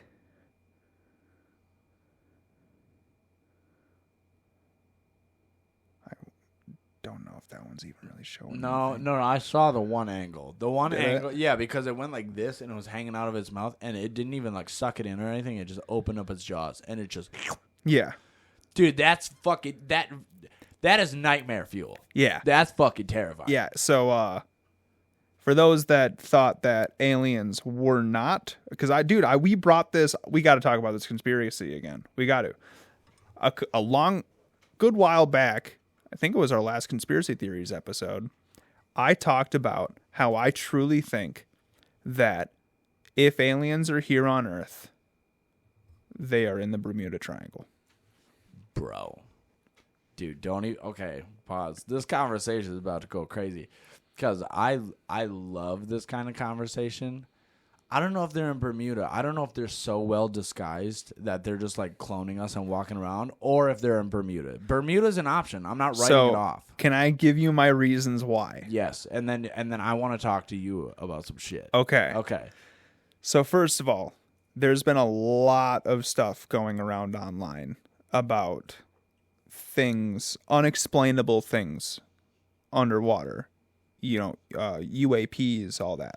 Oh, I think you talked about Jake has brought this up as well. Yeah, you talked about it a little bit with me. Like Yep, aliens, as opposed to being in space, are underneath us in the water. Yeah. Yeah. So Jake brought this up about how there was a UAP that like dove in the water at like insane rate of speed, and it like did it like seamlessly basically, And just disappeared. And then it like came back up out of the water like 60 miles ahead, like instantaneously at the rendezvous point that they were supposed to meet up at. Right. Well, and it's like, yeah, what moves that fast? Not humans. Yeah. So not to mention underwater. Yeah. Well, and not any animal that we have here. So eels. I just showed you some alien shit with eels, right? True? True. I'm with you. We don't know how eels reproduce. The only thing... Shut up. Only thing... Wait, we really don't? No, we do not. The only thing that we know about eels and how they reproduce is that every type of eel, freshwater, saltwater, whatever, if it is an eel and it reproduces, it travels all the way to the Bermuda Triangle in order to reproduce, and then they redisperse. You shut your fucking mouth. That's not true. That is true. Look it up right now. I need to see this with my own fucking eyes. Because, bro, if what you're telling me right now is true, I might leave. I might get the fuck out of here. That's gonna... Shut the fuck up.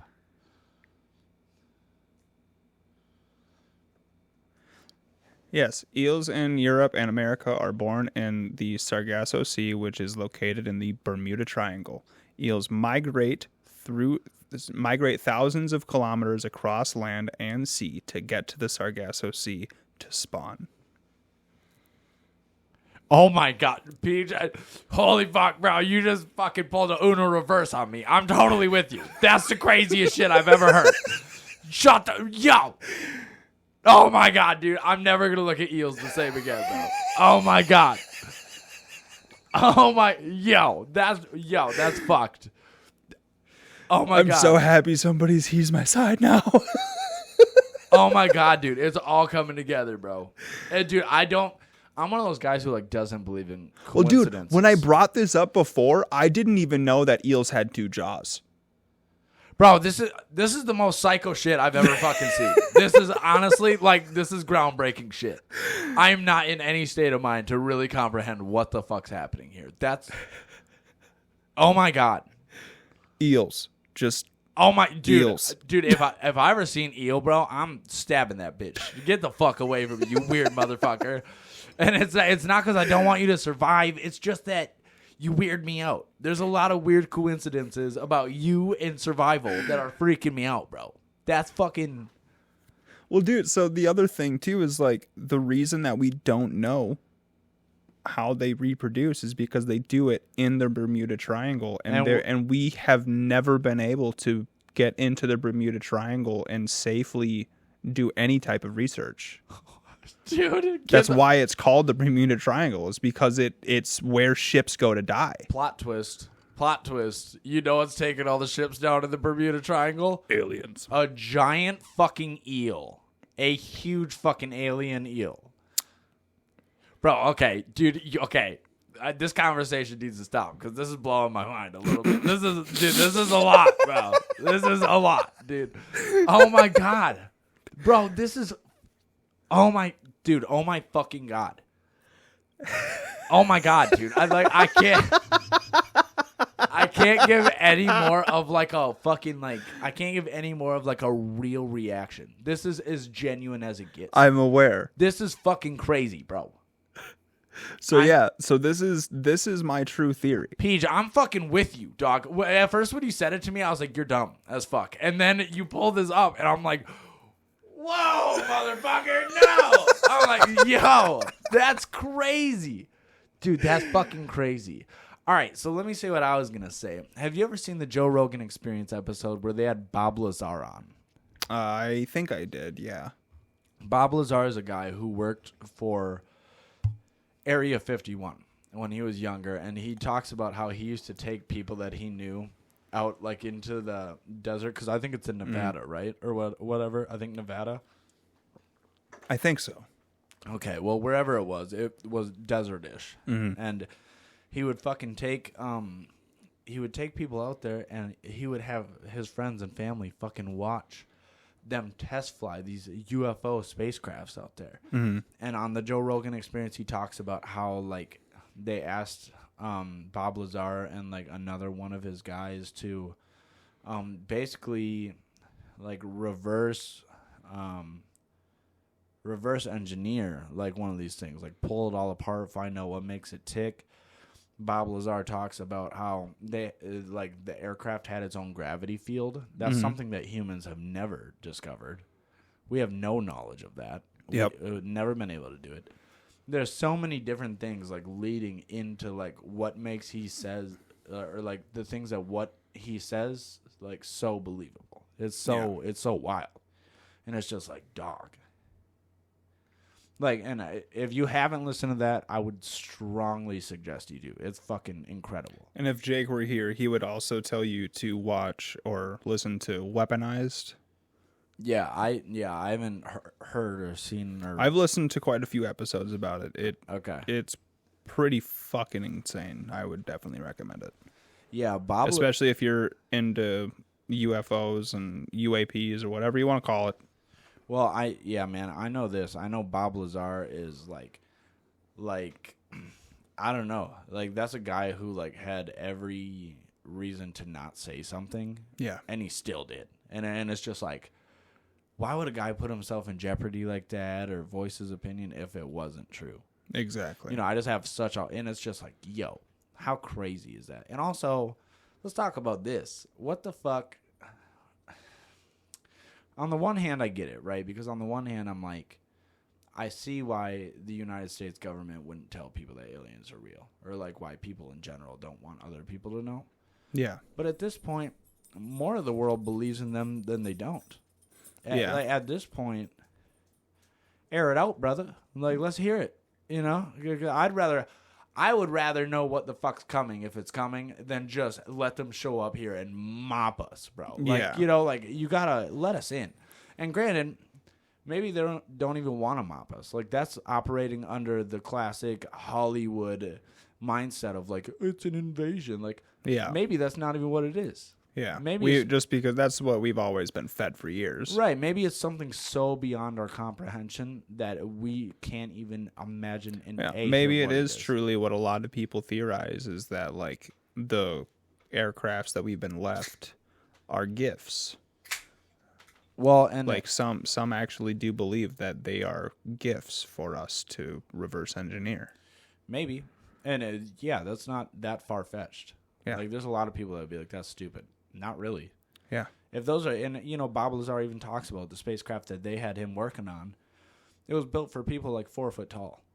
Name one motherfucking human that naturally, and I don't, I'm not discounting dwarves or little people at all, but it's just like regular sized people, normal human beings, like nothing outside the ordinary. We're not 4 feet tall. Yeah. Most of us, I think, are around 5 something, right? Like on average, probably like 5'6", 5'8". Yeah, that's about the average is 5 to 6. Right. To 5, yeah. 8.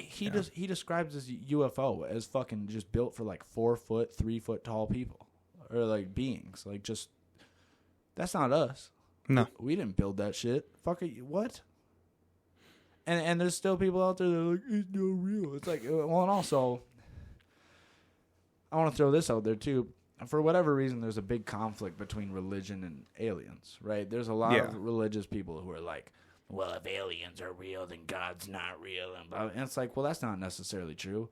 I'm religious, I believe in God, but I also believe in aliens. Is it so far-fetched to believe that God didn't just create humans? Yeah. Is that so crazy? Exactly. It's like, are you going to tell me that God, the most powerful being of all time? How do we know that aliens don't have their own type of Jesus? That's what I'm saying, bro. Like you're gonna sit here and tell me that, like, you're limiting our possibilities based on your beliefs, bro. Shut up. You have no idea what's out there. Yeah. Not a fucking. Exactly. There's a 2x4 floating out there, and you caught a splinter of it, and you think you know fucking everything. Well, yeah, and it's like, it also, I love when people also bring up the conversation about, like, the Bible is the perfect example. The Bible is a story that was written down like a couple thousand years after it happened. Yeah. And since then, it's been rewritten down a couple thousand times. Yeah. So it's like, dude, we've all played the game telephone at school. Yeah. Right. Yeah. Well, and so it's like, I could say, hey, I need to charge my phone at 5 o'clock at first. And by the time it comes back to me, it's that someone said, hey, you have a gun in your pocket or some shit wild. Right. Like, yeah. Like, dude, stories change due to what people what they want to believe. That's a big factor. Yeah. Oh, yeah, bro. Yeah, your brain you're going to believe what you want to believe. And that's been consistent throughout all of human history. It's what people do. Yep. That's how the human brain works. But yeah, I agree with you. Like, that could definitely have been something that was either misconstrued or watered down over time, or just, and that's coming from a religious person. I don't want people to think I don't believe in God. I do believe in God, right? But it's like, I'm also not going to be like, I believe in Catholicism. I believe in, like, the Lutheran church. Like, I don't believe in a specific church. I believe in God. I believe in a higher being. But I think that the idea that you know exactly what happened across the board, now you're being ridiculous. Yeah, exactly. Come on. Like, none of us know. We guess. Mm-hmm. We don't know. Exactly. That's psycho. It is, bro. Look, dude, like, I love my faith and I love my religion, and it was something that I was with as a young kid. I kind of fell away from it as, like, an older kid, and then I came back to it as an adult. It's, it's a highly controversial thing, but it's, yeah, the idea that you just know, it's like, dog, you are just as flawed as the rest of the world. You don't know anything. Very true. So anyway, are we calling it a wrap or taking a break, or what's going on? I think we could take a quick break, and then we'll come back for a brief sesh before we wrap her up. Yeah, I gotta take a fat piss. All right. Okay. So we're gonna get right into this, because on the break, Peej and I kind of got caught up in a conversation. We were talking about how the house that not the first house I lived in, but the first house I remember. Because the house that we lived in before that was in River Falls, and I was so young, I just don't even remember it. But then we moved to Ellsworth, which is where I spent most of my childhood, and my parents, when they were married, had bought a house there, and it was on West Charlotte Street. And as of like a year ago, I went there just to see if it was still on the door, and they had like one of those classic knockers, you know, where you could grab the little fucking thing and just. Yep. And in the knocker, it was gold, and it engraved, it said the Hansons right on the door. And I was telling Trent just now, I was like, yo, fucking, yeah, that's cool. Like, I like the fact that that's still there, like, because I love that house. I miss that house. It was fucking dope. Dude, you need to go and ask if you can buy that. Right, them. dude. Yeah, dude, I'd pay anything for that. I'd Like- give like, them $500 for that knocker. If bro. you know what it looks like, I know exactly what it looks like. then even better, go to go to like Home Depot, buy a replacement. Yeah. Buy a replacement and bring cash. Yeah. And be like, "Hey, here's a replacement for it Be like, and some money if I can have it. I am so serious." be Like please. it means more sentimentally than you know. Dude, so much, bro. Because like, dude, like that was the same house Brandon fell down the stairs and cracked his head open in. That's the same house I used to jump down the fucking stairs and land on pillows on like I was fucking Superman. Dude, they had these big ass vaulted ceilings. Yeah, dude, I squashed my big toe with a 25-pound weight in the basement. We would play fucking Hot Wheels down there. My cat, our cat Stanley, jumped in the fucking dryer, dude, and my dad accidentally started it because of the clothes. Well, dude, I swear to God, hear me out, dude. Steve, what the fuck, bro? Dude, hey, Steve didn't know, okay, but Stanley was an orange cat, and we all know that orange cats give off different vibes, bro. Yeah, they give off a strikingly more hyperactively. Bro, they're donkeys. They're straight up dinguses. Yeah. Okay, and so Stanley was that way. By the way, Stanley was named after Paul Stanley, the singer of Kiss. Of course he was. Yeah, yeah, and so Stanley, I guess one time they had the dryer going or whatever, and then my dad opened it up for like a second, and the clothes were warm, but he had to throw more in, and like he was gonna restart it or some shit. I don't fucking know. And so Stanley noticed that it was warm, and he was like, "Yeah." He's like, And he just hopped in like, there. I'm hopping in this bitch, and he hopped in it, and my dad fucking restarted it, and he started to fucking walk away, and he heard, boom, boom, boom. And it was fucking Stanley, dude, going in circles, just fucking slamming. And my dad didn't know it, but he walked back over because he's like, "What the fuck is it?" He opened up the dryer, and he said he couldn't even see the cat. It was just an orange streak, bro. It was just an orange, like the Flash, bro. Just gone, bro. Right past him, right up the stairs, dude. Fucking Stanley was gone, bro. He will never go in there again. No, dude. We had so many memories at that house, bro. I should definitely try and get that knocker. Dude, do it. Yeah. Dude, we should go together. Dude, bet. Should we record it? Bro, I'm totally down. All right, word. We're doing this. Dude, I'm just going to have to soon. Yeah. Oh, dude, very soon. Like within the next couple of weeks, because I don't want it to disappear. Yeah. Like I'll probably have to go there and just be like, "Hey, like my name is Ian Hansen. Like I lived at this house when I was under 5 years old. Like this was my first house that I remember. I need that knocker. I'll give you anything for it. Fucking anything except for sexual favors. Okay, fucking like what's it gonna cost? You know, and I'll get that fucker, dude. Yeah, we gotta get it. Dude, it would be super nice. Like, dude, what if it comes down to like it's one of those knockers where the only way that you can have it is if you take the whole door?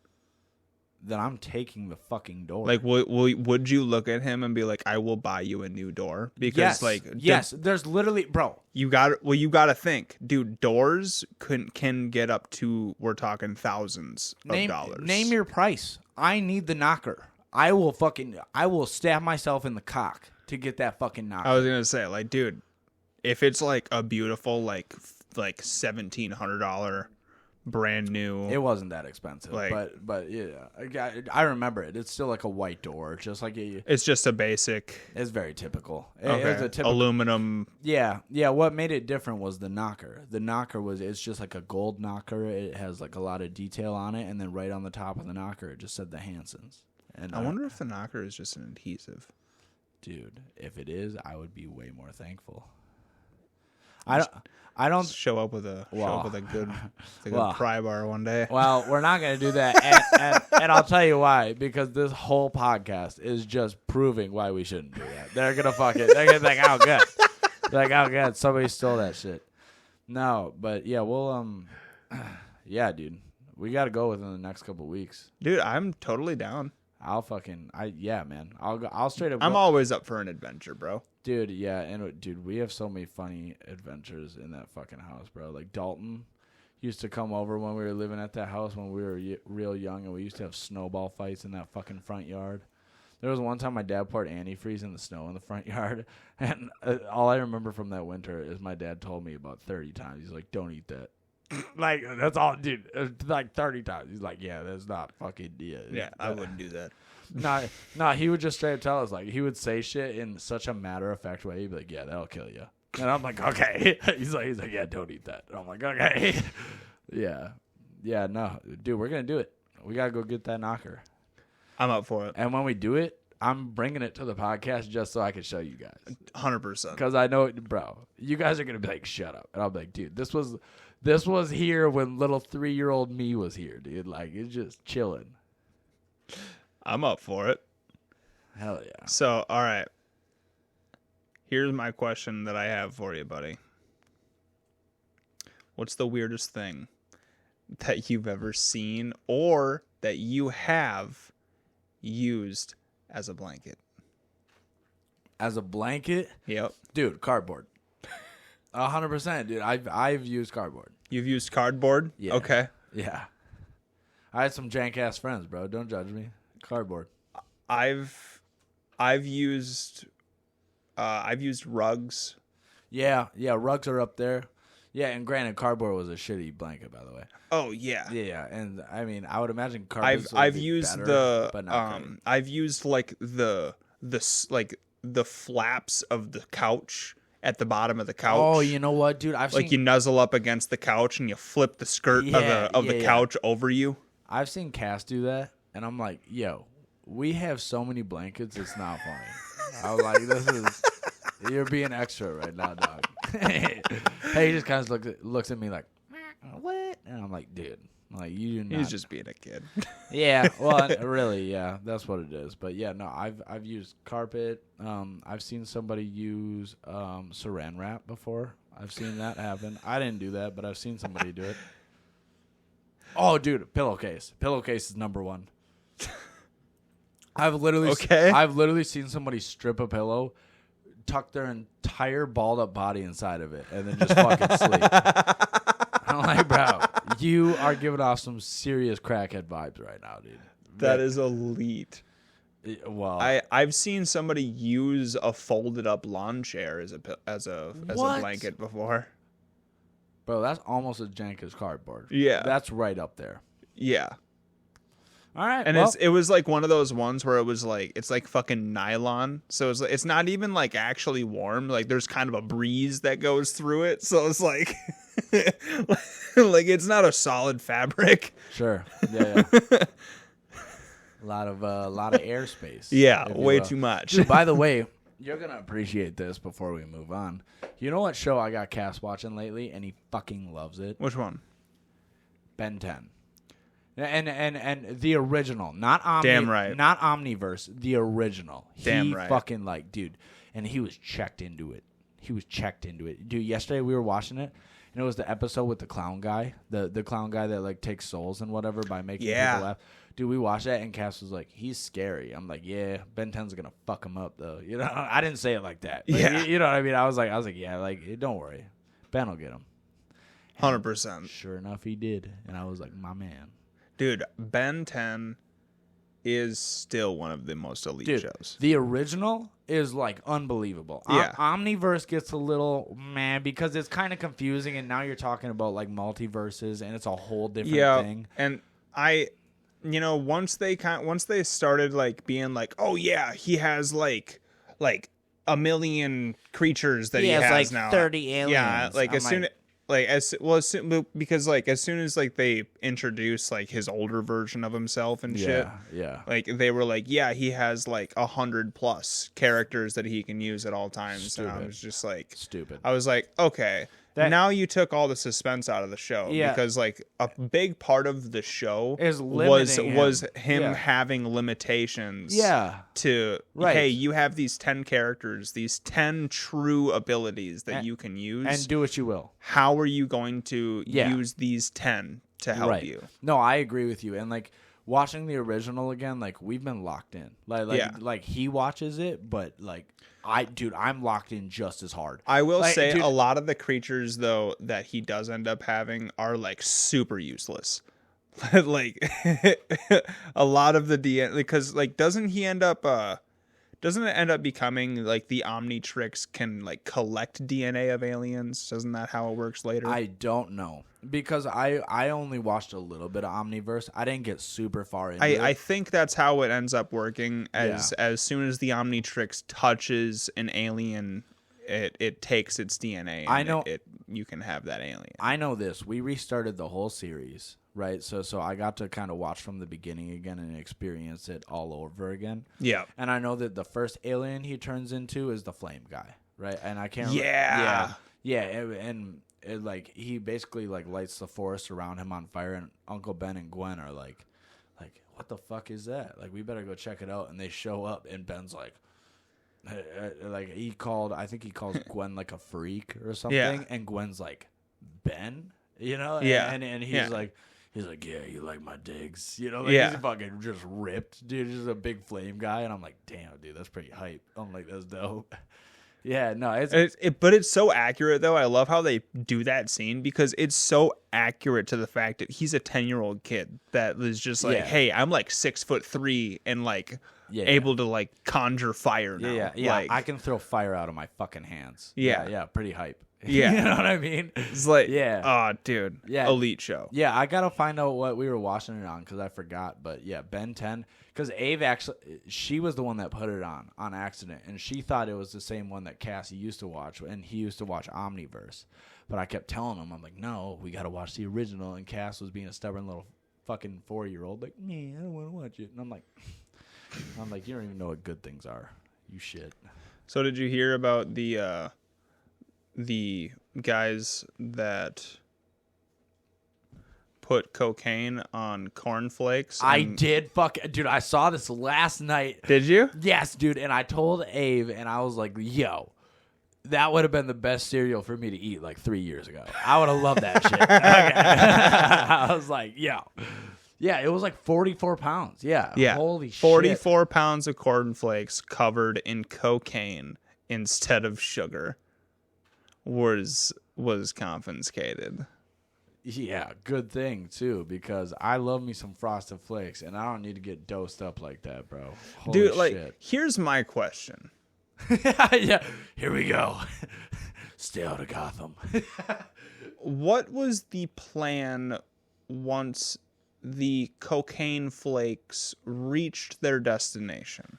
I'm assuming that they had some kind of way to rinse the coke. Maybe not rinse. Rinse isn't the right word because water would just. I know. I have like this. Yeah, I have like this picture of like one of those like mass vibration machines or something. Yeah, like one of those rock tumblers. Almost. Yeah. Where it just and it all just kind of falls through. Maybe like a paint shaker. Like a sifter. Yeah, like a at paint. the bottom You ever of see it. the paint shakers that they put into those little fucking units and they just rattles them? Yeah, something like that. Yeah, you get a little scared that it's gonna get pressurized and blow up. Like Yeah, well, I get that. I work with fire extinguishers, so I understand that feeling very well. It terrifies me.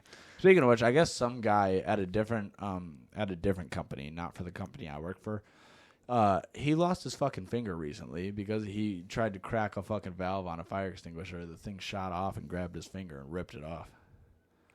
Why did he try to crack the valve? Well, historically, that's what we've done. But due to that, regulations are, we can't even do that anymore. We can't even open them up anymore. So, Wow. taking precautions. So, I mean, it's the right thing to do. do fire extinguishers come into you guys punctured usually? punctured or pressurized? Punctured. Sometimes. It's not always. I mean, most of the ones. I guess I'm saying like when it comes to like getting them recycled. No. Most of the ones that we recycle, we actually have to shoot them off. Like, because our protocol now is to shoot them off into a big barrel where we collect the dry chemical and the powder, and so we'll shoot them off, and then then we can break them open. But before we would crack them, and they have an O-ring on them to kind of hold the pressure. So before we would just crack them and let them bleed out, but we're not allowed to do that anymore because obviously the heads are a little unpredictable and they'll come firing out, and when they shoot out at fucking 200 psi, that'll take your head off. That's yeah, for sure. It'll fucking hurt you real bad. That's fucking wild. Yeah, well, you know what's funny is the extinguishers that most people see in stores are all dry chemical extinguishers, just like ABCs. That's not even the most they get to. You look at like a CO2, that's like 3,000 psi. That's a literal fucking bomb, and it's just like, yo. It's like, like you don't. Yeah, I don't know. Anyway, yeah, I did see the shit about the Frosted Flakes. This is wild as 44 pounds of Coke is insane. Well, it's not 44 pounds of Coke. It's 44 pounds of cornflakes that are covered in Coke. Okay, but how much Coke is that? Did they say? I know. That's the thing that I've been trying to figure out that I haven't been able to figure out. On a typical day. No, it says right here, the cocaine on the cornflakes weighed 44 pounds. The cocaine on the corn. Yeah. Oh, okay. No, never mind. An earlier version of the story incorrectly described the weight of the cocaine-coated cornflakes. The cocaine on the cornflakes weighed 44 pounds. Oh, so it was 44 pounds worth of Coke. Wow, yeah. Holy fuck, dude. Oh, my God, dude. Those would have been some damn good Frosted Flakes, bro. Here's my question, Holy though. Shit. Like, I wish that there was actual photos of the cornflakes themselves. Right, because I want to see how different they look. Like, how cocaine covered are we talking? Right, are we talking... Like, are we talking like a true cornflake sugar dusting? Right. Because if we're talking disguising cornflake sugar with fucking cocaine, we're talking about putting nothing on there. Right. All right. Right. Well, and because also, the way that I always ate Frosted Flakes as a kid, there was never enough sugar on that. No. So bitch. you dump more on. Yeah. You go in the cabinet, Yes, sir. you get a fucking thing of Yes, sugar, sir. That's right. and you empty half the fucking can in your cereal bowl. Thank you, brother. Somebody had to say it. That's how you eat Frosted Flakes. Yes. Okay. Now, is it fucking... It's not good for you. All cereal is sugar. Frosted Flakes has the least sugar out of fucking all of them, basically. Is it? And want to know why it does? Because it has no fucking taste. So you just add straight sugar to give it some fucking... Some oomph in there. Yeah. Give it a little spice, a little zing, you know? A little bit of... Yeah. You know? Yeah. Give you something that makes you want to come back. Yeah, that's right.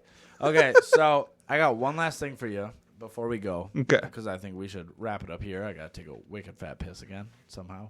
I have one other thing after this, and then, yes. Okay, well, here, pause. You give me elevator music for literally like 2 minutes.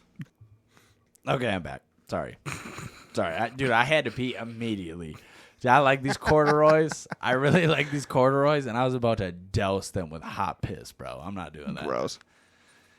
All right, what you got to say here? Fuck, I lost what I was gonna say. You lost what you were gonna say. God damn. Where we were talking about sugar-coated cornflakes. Yeah, no, I know, and I was fucking. Oh, God damn it. Yeah, no, you move on. Go ahead. Okay. Well, what I had to say is, I wanted to talk about all of these fucking commercials I've been seeing, or advertisements, for fucking Blue Chew, bro. Dude, oh my God. Yes, I'm fucking right there with you. Every goddamn ad I get on my phone is like a fucking Viagra pill for Blue Chew. And I'm like, dude, I don't need help getting hard. Well, yeah, and... matter of fact, I need help getting not hard 80% of the day. Here's my thing. They have been advertising Blue Chew for like fucking 20-year-olds. And it's like, dude, like, do you not understand how ED works? Yeah. Like, you are gonna give yourself ED because you're starting to use pills to give yourself a stronger erection. Yeah. Well, it's like, bro, it's like, dude, and I'm not shitting on my old fellas here. I love my guys, bro. I don't know what it's like to be an older gentleman. I've never had ED. That's not to say I won't, right? Yep. I'm not shitting on you. That's for old people, right? That's for people who got a hard time getting it up. Yep. Us at this age, historically, realistically, not a problem. Peej, bro to bro, you got a problem getting hard? No. No. Me either, motherfucker. Why are you advertising it to me? Exactly. Give it to some guy named Cecil. Yeah, and it's like, dude, You know? it's so much better. Okay, yeah. Sure. Maybe. I don't care. Yeah. Guess what? I didn't want to know what isn't better? The fact that it's going to stop fucking working without that pill. Yeah. Real fucking quick. Yeah, you know what I liked about Viagra? They didn't jam it down my fucking throat every 20 minutes. Yeah. That's what I liked about Not them. to mention Cialis. first of all, Cialis is another one. Blue Chew, you can get that shit online, no prescription, just buy it. Yeah. At least Viagra, you have to get a fucking prescription from your doctor. And Do you really? Usually. You have to get a prescription for Viagra? I'm pretty fucking sure. Pause. We got to find this out. We got to be factual about We got to be factual. But I'm pretty sure, at least in most states, that at least doctors are like, hey, nah, like. Well, I definitely know that they recommend that you speak to your doctor before you do it. Well, yeah, and that's the thing. They say that for Blue Chew too, but it's like, dude, you can't strictly advertise Blue Chew to fucking 20-year-olds. Yes. Okay, Peej. Wow, you taught me something I didn't know before. You're correct. Viagra does need a prescription from a healthcare provider. Did not know that. That's interesting. I was curious. I was like, I swear that's true. And I had never heard that. So when you said that just now, I'm like, no. But you're right. Yeah, That's crazy. So yeah, that's what I'm saying is like, just so you know, a lot of the time, if you're having trouble getting hard, hate to tell you, buddy, there's probably a mental block going on there. Yeah, that might be because you don't find your lady attractive anymore. There's probably an underlining issue that you need to figure out. Okay. Yeah. Well, sorry. And bro, like, I'm not saying this to be gross to all of our viewers either. So, like, you know. Yeah, it's not us trying to be an asshole. It's just on the unfortunate truth. No, well, here's the thing, man. Like, I'm 26. Okay, bro, I'm telling you. Like, I literally, like, I have days, and granted, it's more rare now. It's not like it was when I was 16, bro. Like, I fucking bricked up 95% of Facts. my day at 16, right? Yeah, dude, fucking tripoding it. Right. And so it's different now, but it's like, if you're going to ask me if it's hard for me to get hard, no, bro. I have to think, I got to think about a ripe peach, and there I am fucking, dude, you know what I mean? It's like, you're advertising to the wrong group of people. You need to, honestly, I appreciate Blue Chew's ads, but it's also like, dog, advertise towards the older generation. Yeah, advertise to the people who need it, not to the people that you're taking advantage of. Honestly, the only thing I will say about that advertisement strategy that they have is that someday when we're all old as fuck, if Blue Chew is still around, they're gonna crush. Oh, yeah. You know what I mean? But you're waiting 40 to 50 years for the results. Yeah. You're fucking okay, fine, maybe 30 to 40, whatever. Yeah. You're still waiting a fat amount of time.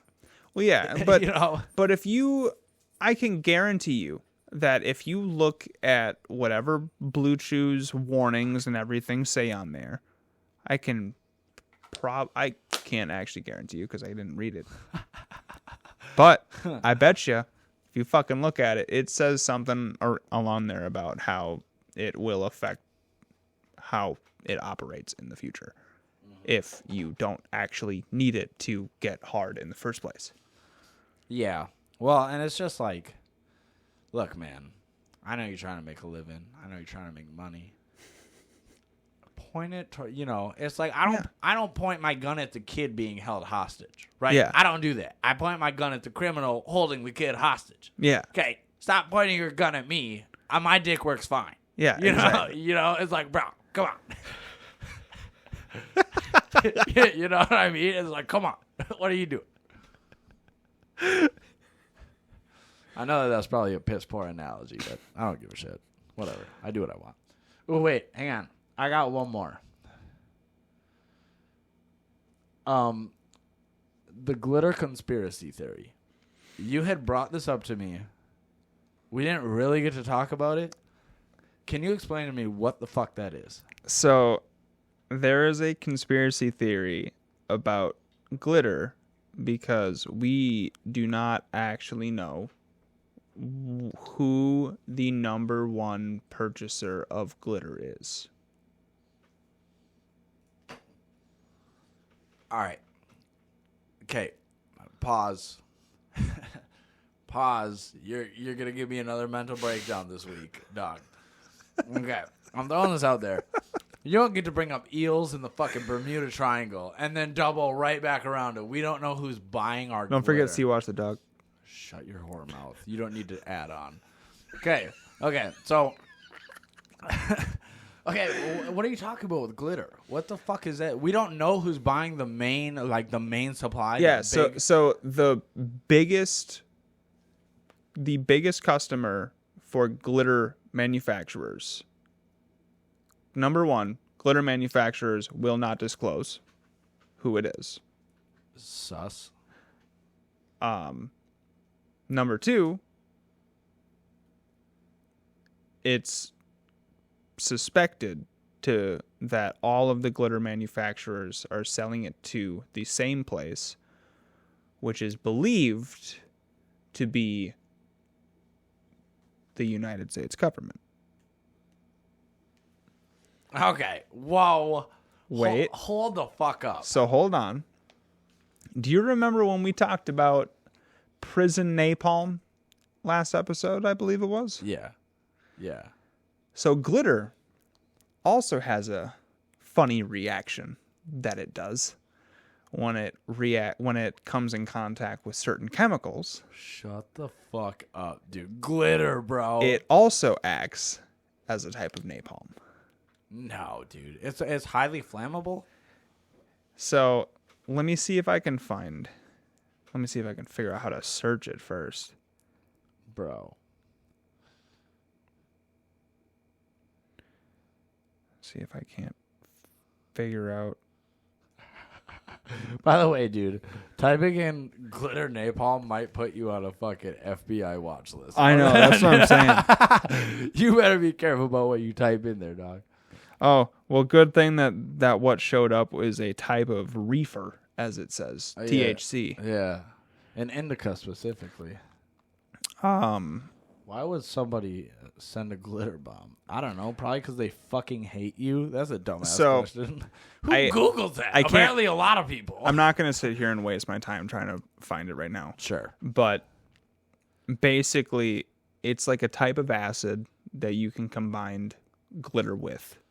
Yo. And it will basically act as napalm. That's fucked, bro. That along with the fact of you can put glitter into bombs and shit like that, and it will, first of all, it will just melt because of the heat. So if you put glitter into a bomb and the bomb goes off, there will just be melting plastic blast all over everybody. That's very sexual, but keep going. So it's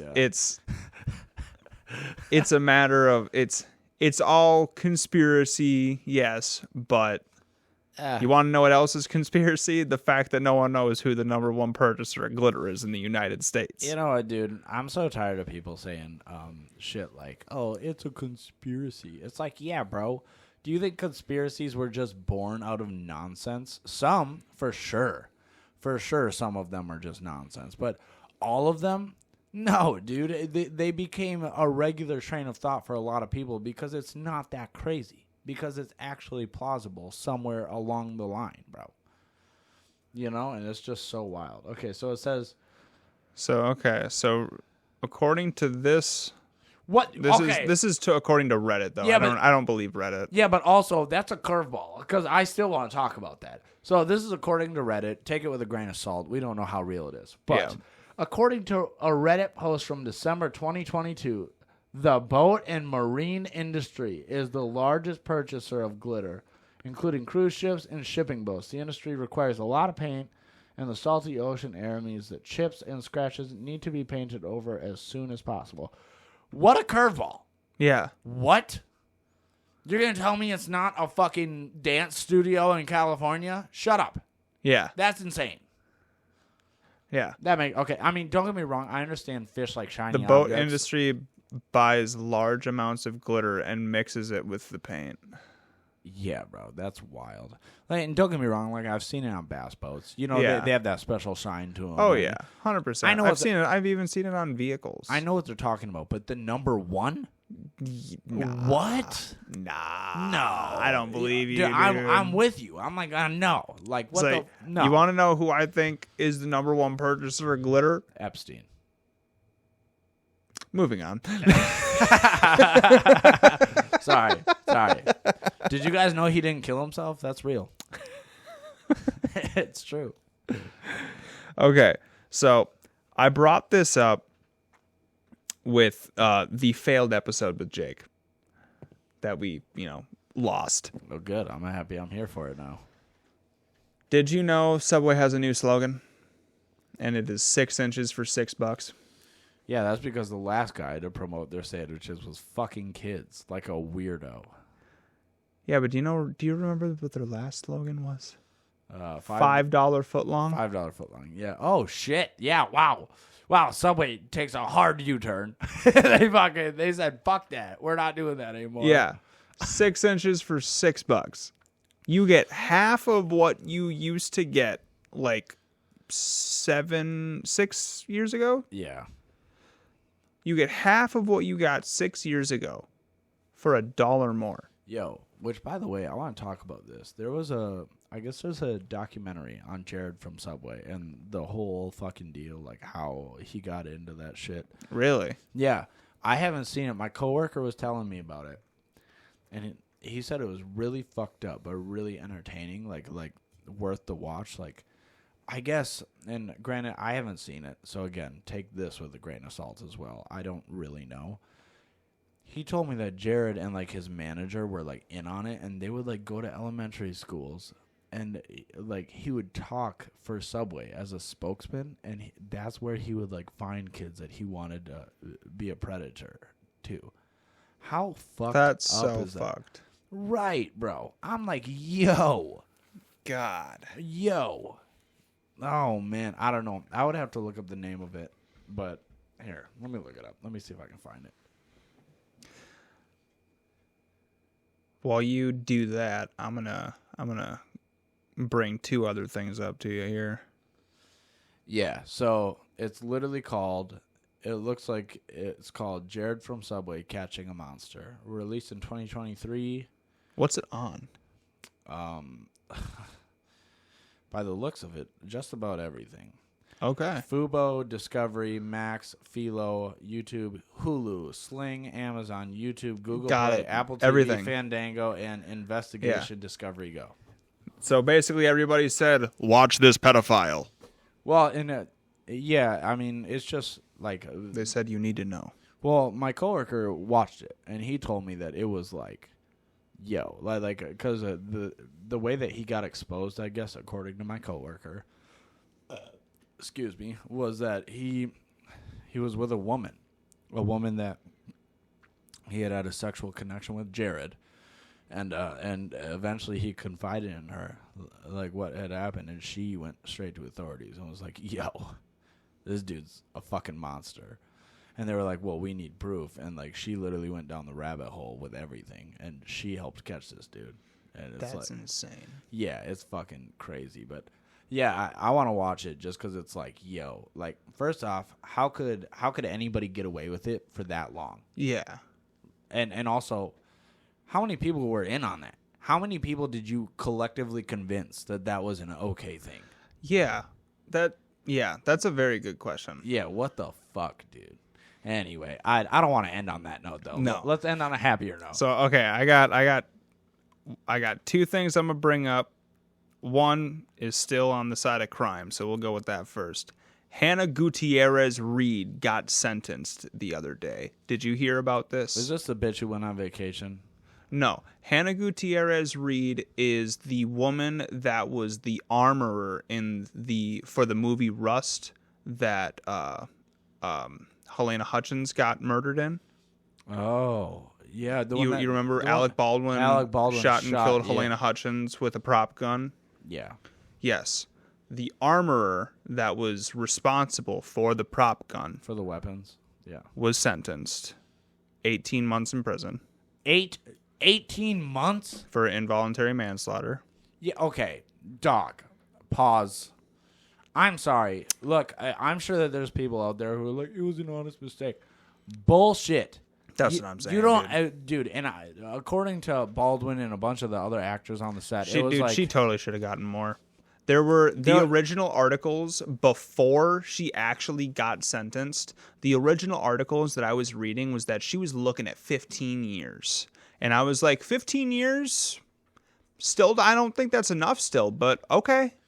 I can accept 15 years. I can't take 18 months. Yeah. So let me look this up. And I think the whole thing too was like they were saying like, oh well, in between takes, like we would shoot real guns on the set or whatever the fuck it was.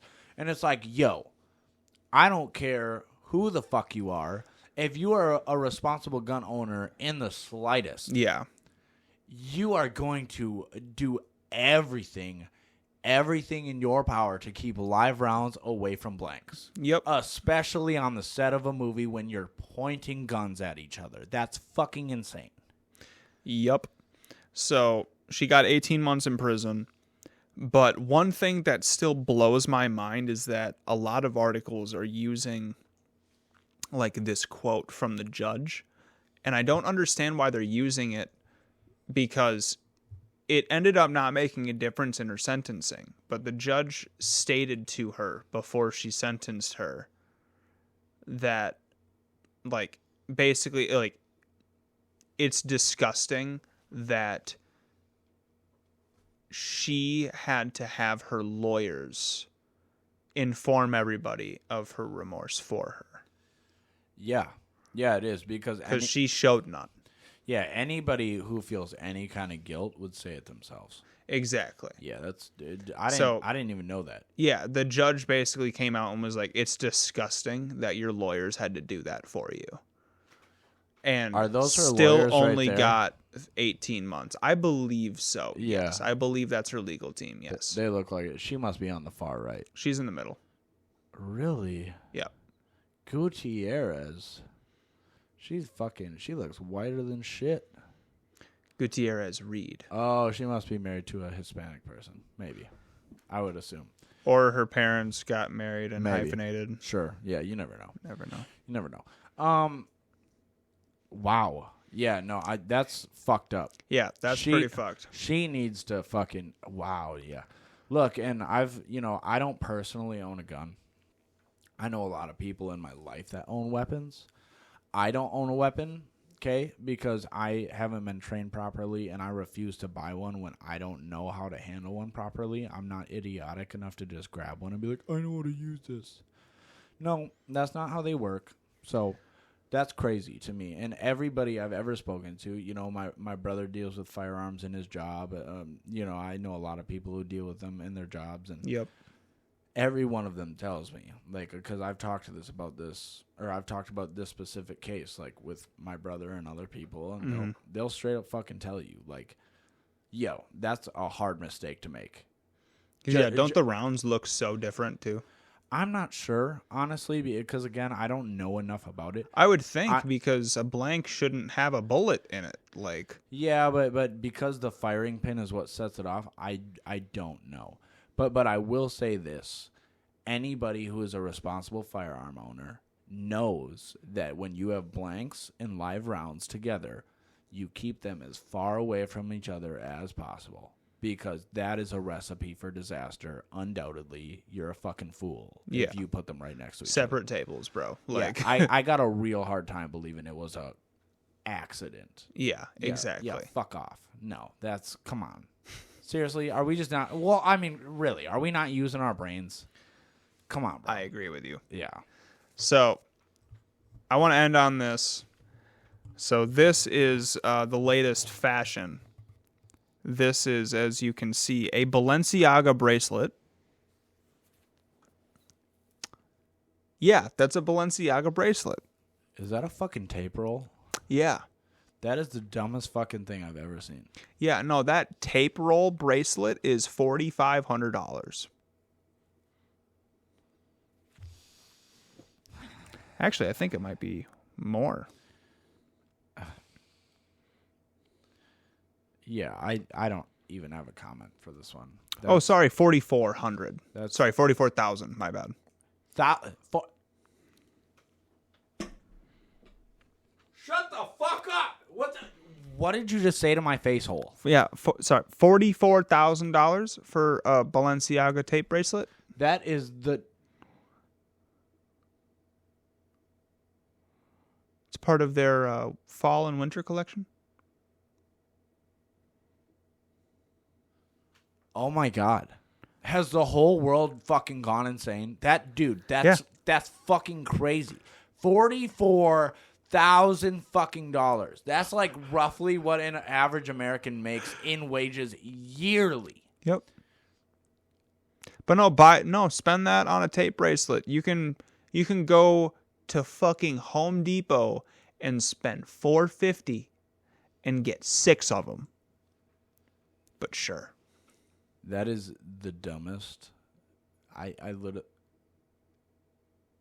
I gotta be careful what I say here because this outrages me. This is fucking, bro. Dude, I will never understand fashion. I don't think fashion models understand fashion. I don't think they I don't do think either. designers understand it. They're just like They just understand that fashion isn't even about the clothing anymore. It's about the brand name. Yeah, it's about the name. Yeah. Well, it's the same thing with Apple phones. And don't get me wrong, like I own an Apple device. I would love a MacBook for my music purposes because I know they're great for that.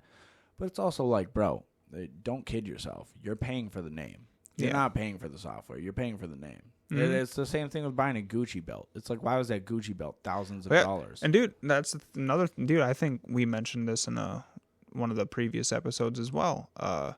Apple got sued recently for monopolizing, and they lost. Really? Yeah. Wow. Yeah. Did not know that. Mm-hmm. Well, I wasn't there for that episode, but I tell you what. Makes sense though.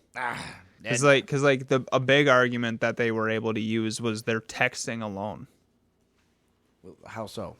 How Apple has a whole different, blue bubble deal that they do amongst iPhones. Right, between SMS and iMessage. Yes. Sure. That alone is an act of monopolizing that they were able to argue to them. Damn. Along with many other things. Many other things were involved with it. So somebody got a lot of money. Yeah, I can't remember, but I think it was a gaming company that was able to pull this off. Damn. They fucking done did it, too. Mm-hmm. Wow, that's crazy. I don't know. No, I don't think. Can we find out how much they got? Look it up. Let's see. Apple loses lawsuit. Yeah, there it is. Holy fuck. Is that the same case we're talking about here? I don't know. That's a pretty fucking crazy headline. If Apple loses 113, not million. Stay with me, people. 113 billion fucking dollars with a hard B. Holy shit! In market value after U.S. launches antitrust investigation. Holy fuck, bro! I think that this was 113. Yes, the Department of Justice was the one that sued them. That's right. Dude, $113 billion is outrageous. Yeah, the Department of Justice is what sued them. It wasn't a gaming company. My bad. Holy shit, bro, that's crazy.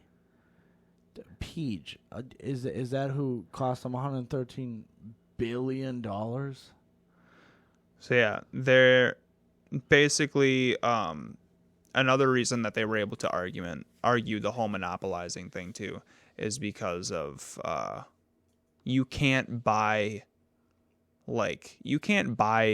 any old device like headphones and shit and just connect it to iPhones. Really? No. They don't work. The Bluetooth doesn't work. It's with a lot of devices, it just straight up does not work. Interesting. And I can see that though. iOS has always had a problem playing well with others. Not to mention how devices are share their videos and photos. Yeah. That's another thing. Like there's a lot that went into this lawsuit. That's crazy, But man. $113 billion is fucking outrageous. yeah. Shit's nuts, bro. Bro, if I had $1 billion, I'd drop off the face of the earth. I swear to God. 1 billion, bro. Because $1 billion is like you can't even comprehend that with your own mind. Yeah, honestly. Like I don't think I could spend $1 billion in my lifetime if I tried. Bro, 113 billion, dog. No, yo. That's I would laugh about hearing that number. oh my, yo, you say that number and it sounds like a fucking video game. Yeah. You're It's- like, oh dude, yeah, no, I saw that chat. I saw that fucking cheat code in GTA. Yeah, it sounds so crazy. That's fucking unbelievable, bro. How many commas is that? Is that fucking 4 commas? Yeah. Jesus God. Fuck me, dog. That's fucking insane. Well, yeah, buddy. Yeah. I think it's been a pretty solid episode today. It's always a solid episode, especially when you and I get together and we just vibing. But Hell yeah. Of course I would love Jake and Brent here too. I wish they could have made it, but Me too. yeah. Guys, I do want to say this. Please stay tuned for us. Make sure that you hit that follow, hit that like, that subscribe, all that jazz for us. Hit that share button. We only get bigger if you help us. You know it. With that being said, the next few weeks, Little spotty. we probably will not have another episode coming out until early May. So yeah. So we're looking at probably 2 weeks Stick with or us. so for the next episode. Stick with us. Ride it out. But that's only because we're finally about to move into the bigger and better things in life. So, Woo, woo, woo. y'all, we appreciate each and every one of you. Yeah. We'll catch you next time.